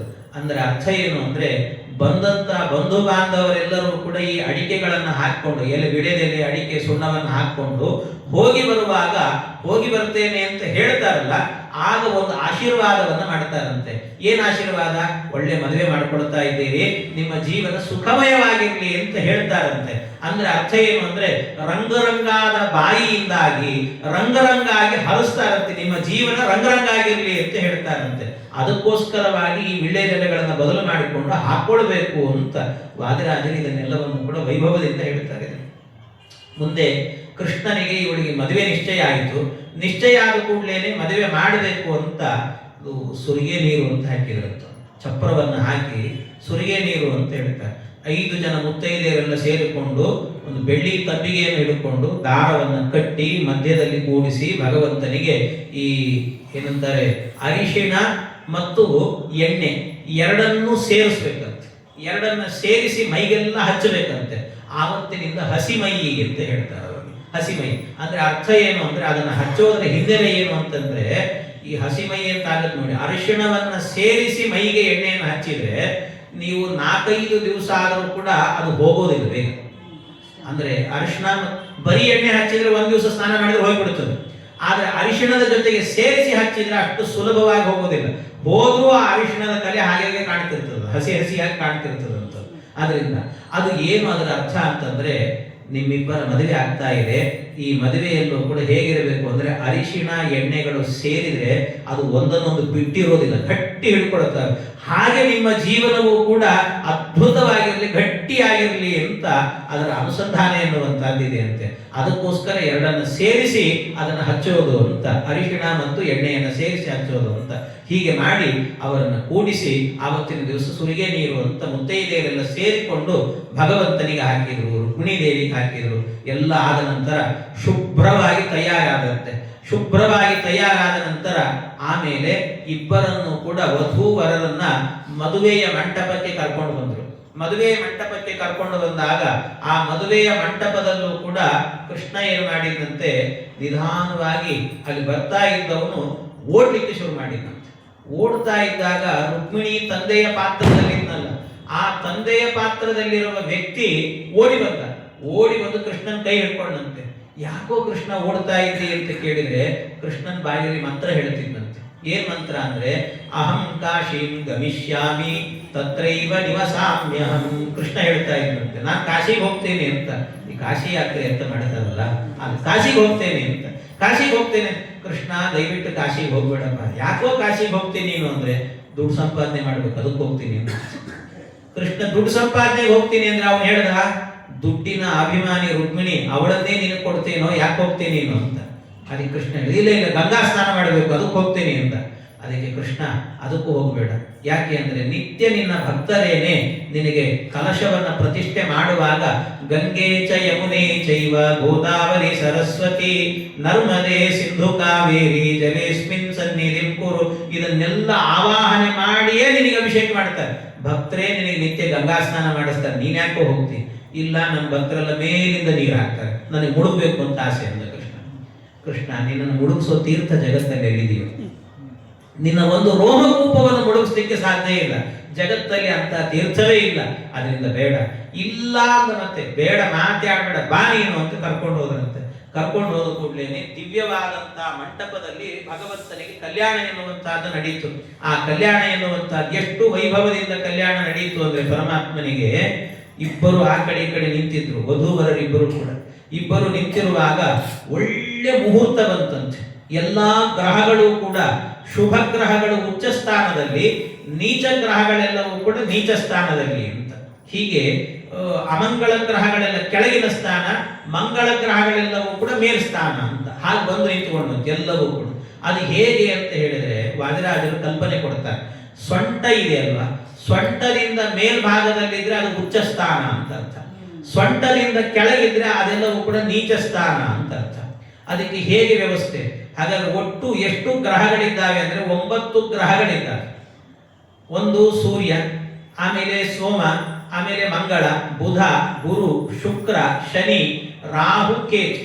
ಇದರಲ್ಲಿ ರಾಹು, ಕೇತು, ಶನಿ ಮತ್ತು ಅಂಗಾರಕ, ಇವೆಲ್ಲ ಈ 4 ಗ್ರಹಗಳೇನಿದ್ದಾವಲ್ಲ ಇವು ನೀಚ ಸ್ಥಾನದಲ್ಲಿ ಇರಬೇಕಂತೆ. ಇವೆಲ್ಲ ನೀಚ ಸ್ಥಾನ. ಇನ್ನು ಉಳಿದ 5 ಗ್ರಹಗಳು ಮೇಲೆ ಇರಬೇಕಂತೆ. ಅದು ಮೇಲಿದೆ ಎಂದು, ಉಳಿದದ್ದು ಕೆಳಗಿದೆ ಅಂತ. ಅದು ಹೇಗೆ ಅಂತ ಕೇಳಿದ್ರೆ ಅದಕ್ಕೆ ವರ್ಣನೆ ಮಾಡ್ತಾರೆ ನೋಡಿ. ಮೊದಲನೇದಾಗಿ ಸೂರ್ಯ ಮೇಲಿದ್ದಾನೆ, ಚಂದ್ರ ಮೇಲಿದ್ದಾನೆ ಅಂತ. ಅದು ಹೆಂಗೆ ಅಂತ ಕೇಳಿದ್ರೆ ಅದಕ್ಕೆ ಹೇಳಿದರಂತೆ, ಈ ಕೃಷ್ಣ ಮತ್ತು ರುಕ್ಮಿಣಿ ಇದ್ದಾರಲ್ಲ, ಇಬ್ಬರ ಕಣ್ಣುಗಳನ್ನು ನೋಡಿದಾಗ ಕಣ್ಣಲ್ಲಿ ಆ ಸೂರ್ಯ ಕಾಣ್ತಾ ಇದ್ದಂತೆ. ಆದ್ರಿಂದ ಸೂರ್ಯ ಅನ್ನುವ ಗ್ರಹ ಮೇಲಿದ್ದಾನೆ ಅಂತಾಯ್ತು. ಚಂದ್ರ ಎಲ್ಲಿದ್ದಾನೆ ಅಂತಂದ್ರೆ ಚಂದ್ರನು ಕೂಡ ಇವರ ಮುಖದಲ್ಲಿ ನೋಡಿದ್ರೆ ಚಂದ್ರನ ಕಾಂತಿ ಕಾಣ್ತಾ ಇತ್ತು. ಆದ್ರಿಂದ ಚಂದ್ರ ಮುಖದಲ್ಲಿದ್ದಾನೆ, ಅವನು ಮೇಲ್ಸ್ಥಾನದಲ್ಲಿದ್ದಾನೆ ಅಂತ ಅರ್ಥ. ಇನ್ನು ಮಂಗಳ ಅದೆಲ್ಲಿರಬೇಕು? ಕೆಳಗಿನ ಸ್ಥಾನದಲ್ಲಿ ಇರಬೇಕು. ಅದು ಎಲ್ಲಿತ್ತು ಅಂದ್ರೆ ನೋಡಿ, ಜಗತ್ನಲ್ಲಿ ಯಾರಾದರೂ ಕೂಡ ಈ ಕೃಷ್ಣ ರುಕ್ಮಿಣಿಯರ ಪಾದವನ್ನ ಗಟ್ಟಿ ಹಿಡಿದು ಅಂದ್ರೆ ಅವರ ಜೀವನ ಮಂಗಳ ಆಯಿತು ಅಂತ ಅರ್ಥ. ಆದ್ರಿಂದ ಮಂಗಳ ಎಲ್ಲಿದ್ದಾನೆ ಅಂದ್ರೆ ಇವರು ಪಾದದಲ್ಲಿದ್ದಾನೆ ಅಂತ ಅರ್ಥ. ಹಾಗಾಗಿ ಪಾದದಲ್ಲಿ ಮಂಗಳ ಗ್ರಹ ಇದ್ದಾನಂತೆ. ಬುಧ ಎಲ್ಲಿದ್ದಾನೆ ಅಂದ್ರೆ ಇವರ ಮುಖದಲ್ಲೇ ಇದ್ದಾನಂತೆ. ಯಾಕೆಂದ್ರೆ ಬುಧ ಅನ್ನೋ ಶಬ್ದಕ್ಕೆ ಅರ್ಥ ಏನು ಅಂದ್ರೆ ಜ್ಞಾನಿ ಅಂತ ಅರ್ಥ ಸಂಸ್ಕೃತದಲ್ಲಿ. ಬುಧ ಅಂದ್ರೆ ಜ್ಞಾನಿ. ಇವರ ಮುಖವನ್ನ ಯಾರಾದ್ರೂ ನೋಡುವಾಗ ಅವರು ನಕ್ಕರೆ ಸಾಕಂತೆ, ಆ ನಗುವಿನಿಂದ ಆ ವ್ಯಕ್ತಿ ದೊಡ್ಡ ಜ್ಞಾನಿ ಆಗಿಬಿಡ್ತಿದ್ದ. ಆದ್ರಿಂದ ಬುಧನು ಕೂಡ ಇವರ ಮುಖದಲ್ಲಿದ್ದಾನೆ ಅಂತ. ಇನ್ನು ಗುರು ಅಂದ್ರೆ ಏನರ್ಥ ಅಂದ್ರೆ ವಿಶಾಲತೆ, ಭಾರ ಅಂತ ಅರ್ಥ. ಆ ಭಾರ ಅನ್ನುವಂಥದ್ದು ಎಲ್ಲಿ ಕಾಣ್ತಾ ಇತ್ತು ಅಂದ್ರೆ ರುಕ್ಮಿಣೀ ದೇವಿಯ ಎದೆಯಲ್ಲಿ, ಕೃಷ್ಣನ ವಿಶಾಲವಾದ ವಕ್ಷಸ್ಥಳದಲ್ಲಿ ಗುರು ಎನ್ನುವಂತಹದ್ದು ಕಾಣಿಸ್ತಾ ಇತ್ತು, ಭಾರ ಎನ್ನುವಂತಹದ್ದು ಕಾಣಿಸ್ತಿತ್ತು. ಆದ್ರಿಂದಾಗಿ ಅಲ್ಲಿ ಗುರು ಇದ್ದಾನೆ ಅಂತ ಅರ್ಥ. ಈ ಇಡೀ ಇವನ ಮುಖವನ್ನ ನೋಡುವಾಗ ಏನಾಯ್ತಂತೆ, ಅವನನ್ನು ನೋಡ್ತಿದ್ರೆ ಶುಕ್ರನ ನೆನಪಾಗ್ತಿತ್ತಂತೆ. ಮುಖವನ್ನು ನೋಡುವ, ಇಬ್ಬರ ಮುಖವನ್ನು ನೋಡಿದರೆ. ಇದು ಶುಕ್ರ ಅಂದ್ರೆ ಅರ್ಥ ಏನು ಅಂದ್ರೆ, ಶುಕ್ರ ಅನ್ನೋದಕ್ಕೆ ಇನ್ನೊಂದು ಅದರ ಪರ್ಯಾಯ ಪದ ಏನು ಅಂದ್ರೆ ಕಾವ್ಯ ಅಂತ ಅರ್ಥ. ಕಾವ್ಯ ಯಾಕೆಂದ್ರೆ ಶುಕ್ರಾಚಾರ್ಯಗೆ ಇವೆಲ್ಲ ಹೆಸರು. ಶುಕ್ರೋ ದೈತ್ಯ ಗುರು ಕಾವ್ಯ ಉಷನಾ ಭಾರ್ಗವ ಕವಿ, ಇದೆಲ್ಲ ಶುಕ್ರಾಚಾರ್ಯ ಹೆಸರುಗಳು. ಕಾವ್ಯ ಅಂದ್ರೂ ಕೂಡ ಏನರ್ಥ ಅಂದ್ರೆ ಶುಕ್ರ ಅಂತಲೇ ಅರ್ಥ. ಇವರ ಮುಖಗಳನ್ನ ನೋಡಿದ್ರೆ ಕಾವ್ಯ ಬರೀಬೇಕು ಅಂತ ಅನಿಸ್ತಿತ್ತು. ಆದ್ರಿಂದ ಇವರ ಮುಖದಲ್ಲಿ ಕಾವ್ಯ ಇದ್ದಾನೆ ಅಂದ್ರೆ ಶುಕ್ರ ಇದ್ದಾನೆ ಅಂತ ಅರ್ಥ. ಆದ್ರಿಂದ ಶುಕ್ರ ಗ್ರಹವು ಮೇಲಿದೆ ಅಂತ. ಇನ್ನು ಇವರು ನಡ್ಕೊಂಡು ಬಾ ಅಂತ ಹೇಳಿದ್ರೆ ಹೇಗೆ ಬರ್ತಾ ಇದ್ರು ಅಂದ್ರೆ ಮಂದ ಗಮನವಾಗಿ ಬರ್ತಿದ್ರಂತೆ. ಮಂದ ಅಂದ್ರೆ ಮಂದವಾಸರ ಅಂದ್ರೆ ಏನು? ಶನಿ ಅಂತ ಅರ್ಥ. ಅಂದ್ರೆ ಪಾದದಲ್ಲಿ ಶನಿ ಇದ್ದಾನೆ ಅಂತ ಅರ್ಥ. ಇನ್ನು ರಾಹು, ರಾಹು ಅಂದ್ರೆ ಏನು? ಕಪ್ಪು ಅಂತ ಅರ್ಥ. ಕಪ್ಪು ಅಂದ್ರೆ ಕತ್ತಲು. ಕತ್ತಲು ಅನ್ನುವಂಥದ್ದು ಎಲ್ಲಿದೆ ಅಂದ್ರೆ ಇವರಿಬ್ಬರ ಮುಖದಲ್ಲಿರುವ ಕಾಂತಿಯನ್ನ ನೋಡಿ ನನಗೆ ಇಲ್ಲೆಲ್ಲೂ ಜಾಗ ಇಲ್ಲ ಅಂತ ಅವರಿಬ್ಬರ ಪಾದದ ಬುಡದಲ್ಲಿ ಹೋಗಿ ಸೇರ್ಕೊಂಡಿದ್ದಂತೆ. ಆದ್ರಿಂದ ಕತ್ತಲು ಕೂಡ ಕೆಳಗೆ ಹೋಗಿದೆ ಅಂತ ಅರ್ಥ. ಇನ್ನೊಂದೇನು ಅಂದ್ರೆ ಕೇತು. ಕೇತು ಅಂದ್ರೆ ಧ್ವಜ. ಅದು ಎಲ್ಲಿದೆ ಅಂದ್ರೆ ಕೃಷ್ಣ ರುಕ್ಮಿಣಿಯರ ಪಾದದಲ್ಲೇನೆ ಇದೆ. ಕೇತು ಅನ್ನುವಂಥದ್ದು ಅವನ ಚಿಹ್ನೆಗಳಲ್ವಾ, ಶಂಖ, ಚಕ್ರ, ಗದಾ, ಪದ್ಮ ಎಲ್ಲವೂ ಕೂಡ ಆ ಚಿಹ್ನೆ ಎನ್ನುವುದು ಪಾದದಲ್ಲಿದೆ. ಆದ್ರಿಂದ 4 ಗ್ರಹಗಳು ನೀಚ ಸ್ಥಾನದಲ್ಲಿ, ಇನ್ನು 5 ಗ್ರಹಗಳು ಉಚ್ಚ ಸ್ಥಾನದಲ್ಲಿ ಒಳ್ಳೆ ಮದುವೆಗೆ ಬೇಕಾದ ಮುಹೂರ್ತವನ್ನ ಮಾಡಿಕೊಟ್ಟಿದ್ರಂತೆ. ಅಂತಹ ಕಾಲದಲ್ಲಿ ಭಗವಂತನ ಕಲ್ಯಾಣ ಎನ್ನುವಂತಹದ್ದು ನಡೀತಾ ಇದೆ. ಒಂದು ಕಡೆಯಲ್ಲಿ ಎಲ್ಲರೂ ಸೇರಿಕೊಂಡು ಸೀತಾರಾಮರ ಕಲ್ಯಾಣವನ್ನ ಶೋಭಾನೆ ಪದದಲ್ಲಿ ಮುತ್ತೈದೆಯರು ಹೇಳ್ತಿದ್ರಂತೆ. ಈ ಕಡೆಯಿಂದ ಬ್ರಾಹ್ಮಣರೆಲ್ಲರೂ ಕೂಡ ಸೇರಿಕೊಂಡು ಒಳ್ಳೆ ರೀತಿಯಲ್ಲಿ ಘೋಷಣೆ ಮಾಡ್ತಾ ಇದ್ರಂತೆ. ಏನು ಘೋಷಣೆ ಅಂತಂದ್ರೆ ಅವರೆಲ್ಲ ಮಂಗಳಾಷ್ಟಕದ ಘೋಷಣೆ. ಇನ್ನು ಋಷಿಗಳೆಲ್ಲರೂ ಕೂಡ ಸೂರ್ಯವರ್ಗ ಅನ್ನುವಂಥ ಒಂದು ವೇದ ಮಂತ್ರ ಇದೆ, ಮದುವೆ ಕಾಲದಲ್ಲಿ ಹೇಳಬೇಕಾದಂಥ ವೇದ ಮಂತ್ರ. ಆ ವೇದ ಮಂತ್ರಗಳನ್ನೆಲ್ಲವನ್ನು ಕೂಡ ಹೇಳ್ತಾ ಇದ್ರಂತೆ. ಹಾಗೆ ಆ ವೇದ ಮಂತ್ರಾಕ್ಷತೆ ವೇದ ಮಂತ್ರಗಳನ್ನೆಲ್ಲ ಹೇಳ್ತಾ ಇದ್ರೆ ಅದರಿಂದ ಈ ರುಕ್ಮಿಣೀ ದೇವಿ ತಾನೇ ಮಾಡಿದಂತಹ ಮಾಲೆಯನ್ನ ತಂದು ಭಗವಂತನ ಕಂಠಕ್ಕೆ ಹಾಕ್ತಾ ಇದ್ದಾಳಂತೆ. ಗಂಗಾ ಸಿಂಧು ಸರಸ್ವತಿ ಚ ಯಮುನಾ ಗೋದಾವರಿ ನರ್ಮದಾ ಕೃಷ್ಣಾ ಭೀಮರತಿ ಚ ಫಲ್ಗು ಸರಯೂ ಶ್ರೀಗಂಡಕಿ ಗೋಮತಿ ಕಾವೇರಿ ಕಪಿಲಾ ಪ್ರಯಾಗ ವಿನತಾ ನೇತ್ರಾವತಿ ಇತ್ಯಾದಯೋ ನದ್ಯಶ್ರೀ ಹರಿಪಾದ ಪಂಕಜ ಭವಾಃ ಕುರ್ವಂತು ನೋ ಮಂಗಲಂ ಸುಮುಹೂರ್ತೆ ಸಾವಧಾನಾಃ ಸುಲಗ್ನೆ ಸಾವಧಾನಾಃ ಶ್ರೀಲಕ್ಷ್ಮೀ ನಾರಾಯಣ ಧ್ಯಾನೇ ಸಾವಧಾನಾಃ. ಹೀಗೆ ಕೃಷ್ಣ ರುಕ್ಮಿಣಿಯರ ಕಲ್ಯಾಣ ಎನ್ನುವಂತಹದ್ದು ನಡೆಯಿತು. ಈ ಕಲ್ಯಾಣ ನಡೆದಾಗ ಅಂತಃಪಟವನ್ನು ತೆಗೆದಾಗ ಮಾಲೆ ಹಾಕಿದ್ರು. ಆ ಮಾಲೆಯನ್ನು ಒಂದು ಮಾಲೆಯನ್ನು ತೆಗೆದು ಕೃಷ್ಣ ಆ ರುಕ್ಮಿಣೀ ದೇವಿಗೆ ಹಾಕಿದ್ದಂತೆ. ಇಷ್ಟು ಕಲ್ಯಾಣ ನಡೆಯುತ್ತಲ್ವ. ಈ ಎಲ್ಲ ಕಲ್ಯಾಣ ಏನಾಯಿತು ಅಂದ್ರೆ ರುಕ್ಮಿಣೀ ದೇವಿ ಅನುಸಂಧಾನ ಮಾಡಿದ್ದಂತೆ. ಸಮಗ್ರ ಕಲ್ಯಾಣ ಎನ್ನುವಂತಹದ್ದು ಕೃಷ್ಣ ಇದು ನಿನ್ನ ದೇವರ ಪೂಜೆ ಅಂತ ಅನ್ಕೊಂಡಂತೆ. ಮದುವೆ ಎನ್ನುವಂತಹದ್ದು ದೇವರ ಪೂಜೆ ಹೇಗಪ್ಪ ಆಗುತ್ತೆ ಅಂದ್ರೆ ಅವಳು ಅನುಸಂಧಾನ ಮಾಡಿದ್ದಂತೆ ದೇವರ ಪೂಜೆ. ಇದನ್ನ ರುಕ್ಮಿಣೀ ದೇವಿ ಪಾಠ ಮಾಡ್ತಾಳೆ. ಯಾರಾದರೂ ಜೀವನದಲ್ಲಿ ಕನ್ಯೆಯಾದವಳು ಮದುವೆ ಮಾಡಿಕೊಳ್ಬೇಕಾದ್ರೆ ಯಾವ ರೀತಿಯ ಅನುಸಂಧಾನ ಇರಬೇಕು ಕನ್ಯೆಯಾದವಳಿಗೆ ಅಂತ ರುಕ್ಮಿಣೀ ದೇವಿ ತೋರಿಸಿಕೊಡ್ತಾಳೆ. ಏನು ಅನುಸಂಧಾನ ಮಾಡಿದ್ರು ಅಂದ್ರೆ ಮೊದಲಿಗೆ ಅಂತಃಪಟವನ್ನ ತೆಗೆದಂತೆ. ಅಂತಃಪಟವನ್ನ ತೆಗೆಯೋದು ಅಂದ್ರೆ ದೇವರ ಪೆಟ್ಟಿಗೆಯನ್ನು ತೆಗೆಯೋದು ಅಂತ ಅನುಸಂಧಾನ ಮಾಡಿದ್ರು. ತೆಗೆದು ಕೂಡಲೇ ಮೊದಲು ಮಾಡಬೇಕಾದ್ದೇನು ಅಂದ್ರೆ ಅಭಿಷೇಕವನ್ನ ಮಾಡಬೇಕು. ಆ ಅಭಿಷೇಕ ಏನು ಅಂದ್ರೆ ಎಲ್ಲ ಸೇರಿ ಮುತ್ತು ರತ್ನಗಳನ್ನೆಲ್ಲ ಅಕ್ಷತೆ ಕಾಳನ್ನು ಹಾಕಿದ್ರಲ್ಲ ಅದು ಕೃಷ್ಣನಿಗೆ ಮಾಡಿದ ಅಭಿಷೇಕ ಅಂತ ಅನುಸಂಧಾನ ಮಾಡಿದ್ರು. ಅಭಿಷೇಕ ಆದ್ಮೇಲೆ ಏನ್ ಮಾಡಬೇಕು? ದೇವರಿಗೆ ಅಲಂಕಾರ ಮಾಡಬೇಕು. ಅದಕ್ಕೆ ತಾನೇ ಏನು ಮಾಡಿದ್ರಂತೆ, ನಾನಾ ಕುಸುಮಗಳಿಂದ ಮಾಡಿದ ಮಾಲೆಯ ಶ್ರೀನಾರಿ ತನ್ನ ಕರದಲ್ಲಿ ಪೀನಾಕಂದರದ ಶ್ರೀಕೃಷ್ಣ ದೇವನ ಕೊರಳಿನ ಮೇಲಿಟ್ಟು ನಮಿಸಿದಳು. ಹಾಗಾಗಿ ಅವನ ಕೊರಳಿಗೆ ಹಾಕಿದ್ದಂತೆ ಮಾಲೆಯನ್ನ. ಅಲಂಕಾರ ಪೂಜಾ ಸಮರ್ಪಯಾಮಿ ಅಂತಂದ್ರು. ಆಮೇಲೆ ಅಲಂಕಾರ ಪೂಜೆ ಆದ್ಮೇಲೆ ಏನಾಗಬೇಕು? ನೈವೇದ್ಯ ಆಗಬೇಕು. ನೈವೇದ್ಯ ಏನು ಅಂದ್ರೆ ಕೃಷ್ಣನನ್ನ ನೋಡಿ ಒಂದು ಸರ್ತಿ ನಾಚಿಕೆಯಿಂದ ನಕ್ಕಳಂತೆ ಅವಳು ನಗುವಾಗ ಅವಳ ನಗುವಿನಲ್ಲಿ ಅಮೃತ ಸುರಿದು ಬಿತ್ತಂತೆ ಕೆಳಗೆ. ಆ ಅಮೃತ ಬೀಳುವಾಗ ಅಮೃತೋಪಹಾರ ಮಹಾನೈವೇದ್ಯಂ ನಿವೇದಯಾಮಿ ಅಂತ ಹೇಳಿದ್ರು. ನೈವೇದ್ಯ ಆಯಿತು ಅಂತ ಅನುಸಂಧಾನ ಮಾಡಿದ್ದಂತೆ. ನೈವೇದ್ಯ ಆದ ನಂತರ ಏನಾಗಬೇಕು? ಮಹಾಮಂಗಳಾರತಿ ಆಗಬೇಕಲ್ಲ. ಮಂಗಳಾರತಿ ಯಾವುದು ಅಂದ್ರೆ ಕೃಷ್ಣನನ್ನ ಅಡಿಯಿಂದ ಮುಡಿ ತನಕ ತನ್ನ ಕಣ್ಣಿಂದ ನೋಡಿದ್ದು, ಕಣ್ಣಿನ ನೋಟವೇ ಮಂಗಳಾರತಿ ಅಂತ ಮಾಡಿದ್ದಂತೆ. ಇಷ್ಟು ಮಾಡಿದ ಮೇಲೆ ಏನ್ ಮಾಡಬೇಕು ಅಂದ್ರೆ ಪ್ರದಕ್ಷಿಣ ನಮಸ್ಕಾರ ಅಂತ ಕೊನೆಗೆ ಮಾಡಬೇಕಲ್ವಾ, ಪೂಜೆ ಸಮಾಪನೆ ಅಂತ. ಅದೇನು ಅಂದ್ರೆ ಕೊರಡಿನ ಮೇಲಿಟ್ಟು ನಮಿಸಿದಳು ಅಂತ ಕೊನೆಗೆ ನಮಸ್ಕಾರವನ್ನು ಮಾಡಿದಂತೆ. ಇಡೀ ವಿವಾಹ ಎನ್ನುವಂತಹದ್ದು ಕೃಷ್ಣ ಇದು ನಿನ್ನ ಪೂಜೆ ಅಂತ ಮಾಡಿದ್ದು. ಕೃಷ್ಣ ಹೇಳಿದ ಇಡೀ ವಿವಾಹವನ್ನೇ ಜಗತ್ತಿಗೆ ಪಾಠ ಮಾಡಿದೆ ರುಕ್ಮಿಣಿ ನೀನು. ವಿವಾಹ ಅಂದ್ರೆ ಗಂಡನಲ್ಲಿ ಯಾವ ರೀತಿಯಲ್ಲಿ ಅನುಸಂಧಾನ ಮಾಡಬೇಕು, ಯಾವ ರೀತಿ ನನ್ನನ್ನ ಕಾಣಬೇಕು ಅನ್ನೋದನ್ನ ತೋರಿಸಿಕೊಟ್ಟಿದ್ದೆ ನೀನು. ಅದರಿಂದ ನೀನು ಇಂಥ ಭಕ್ತಿಯ ಪೂಜೆ ಮಾಡಿದೆಯಲ್ಲ, ನಿನಗೆ ನಾನು ಏನ್ ಕೊಡ್ತೇನೆ ನೋಡು ಅಂತ ದೊಡ್ಡ ಸಿಂಹಾಸನವನ್ನ ತರಿಸಿ ಅದರ ಮೇಲೆ ಕೂತ್ಕೊಂಡು ರುಕ್ಮಿಣಿಯನ್ನ ಎಳೆದು ತನ್ನ ತೊಡೆಯ ಮೇಲೆ ಕೂಡಿಸ್ಕೊಂಡಂತೆ ಭಗವಂತ ನಿನಗೆ ಕೊಡುವ ಸ್ಥಾನ ಇದು ನಾನು ಅಂದ ಭಗವಂತ. ನಿನ್ನ ಭಕ್ತಿಗೆ ಕೊಟ್ಟ ಸ್ಥಾನ ಇದು ಅಂತ ಪರಮಾತ್ಮ ತೊಡೆಯ ಮೇಲೆ ಕೂಡಿಸಿಕೊಂಡ ಅಂತ. ತೊಡೆಯ ಮೇಲೆ ಲಕುಮಿ ದೇವಿ ಅಂತ ಹೇಳ್ತಾರಲ್ಲ, ಹಾಗೆ ರುಕ್ಮಿಣೀ ದೇವಿ ಕೂತ್ಕೊಂಡಂತೆ ವೈಭವದ ಊಟದ ವ್ಯವಸ್ಥೆ ಇತ್ತು. ಎಲ್ಲ ಊಟ ಗೀಟ ಎಲ್ಲ ಚೆನ್ನಾಗಿ ನಡೀತಂತೆ. ಇಷ್ಟೆಲ್ಲ ಕಲ್ಯಾಣ, ರುಕ್ಮಿಣೀ ಕಲ್ಯಾಣ ಎನ್ನುವಂಥದ್ದು ನಡೀತು. ರುಕ್ಮಿಣೀ ಕಲ್ಯಾಣ ಆದ ನಂತರ ಮತ್ತು ಅನೇಕ ಕಲ್ಯಾಣ ಮಾಡಿಕೊಡ್ತಾನೆ ಭಗವಂತ. ಇದಾದ ಮೇಲೆ ಸತ್ಯಭಾಮೆಯಂತೆ, ಕಾಲಿಂದಿಯಂತೆ ಬೇರೆ ಬೇರೆಯವ್ರನ್ನೆಲ್ಲ ಕಲ್ಯಾಣ ಮಾಡಿಕೊಡ್ತಾನೆ. ಆ ಎಲ್ಲ ಕಲ್ಯಾಣದ ಪ್ರಸಂಗಗಳನ್ನು ಮತ್ತೆ ನಾಳೆ ದಿವಸ ಸೇರಿದಾಗ ಅದರ ಚಿಂತನೆ ಮಾಡೋಣ. ನಾಳೆ ಈ ಉಪನ್ಯಾಸ ಮಾಲಿಕೆಯ ಮಂಗಳ ಎನ್ನುವಂತಹದ್ದು ಇರುತ್ತೆ.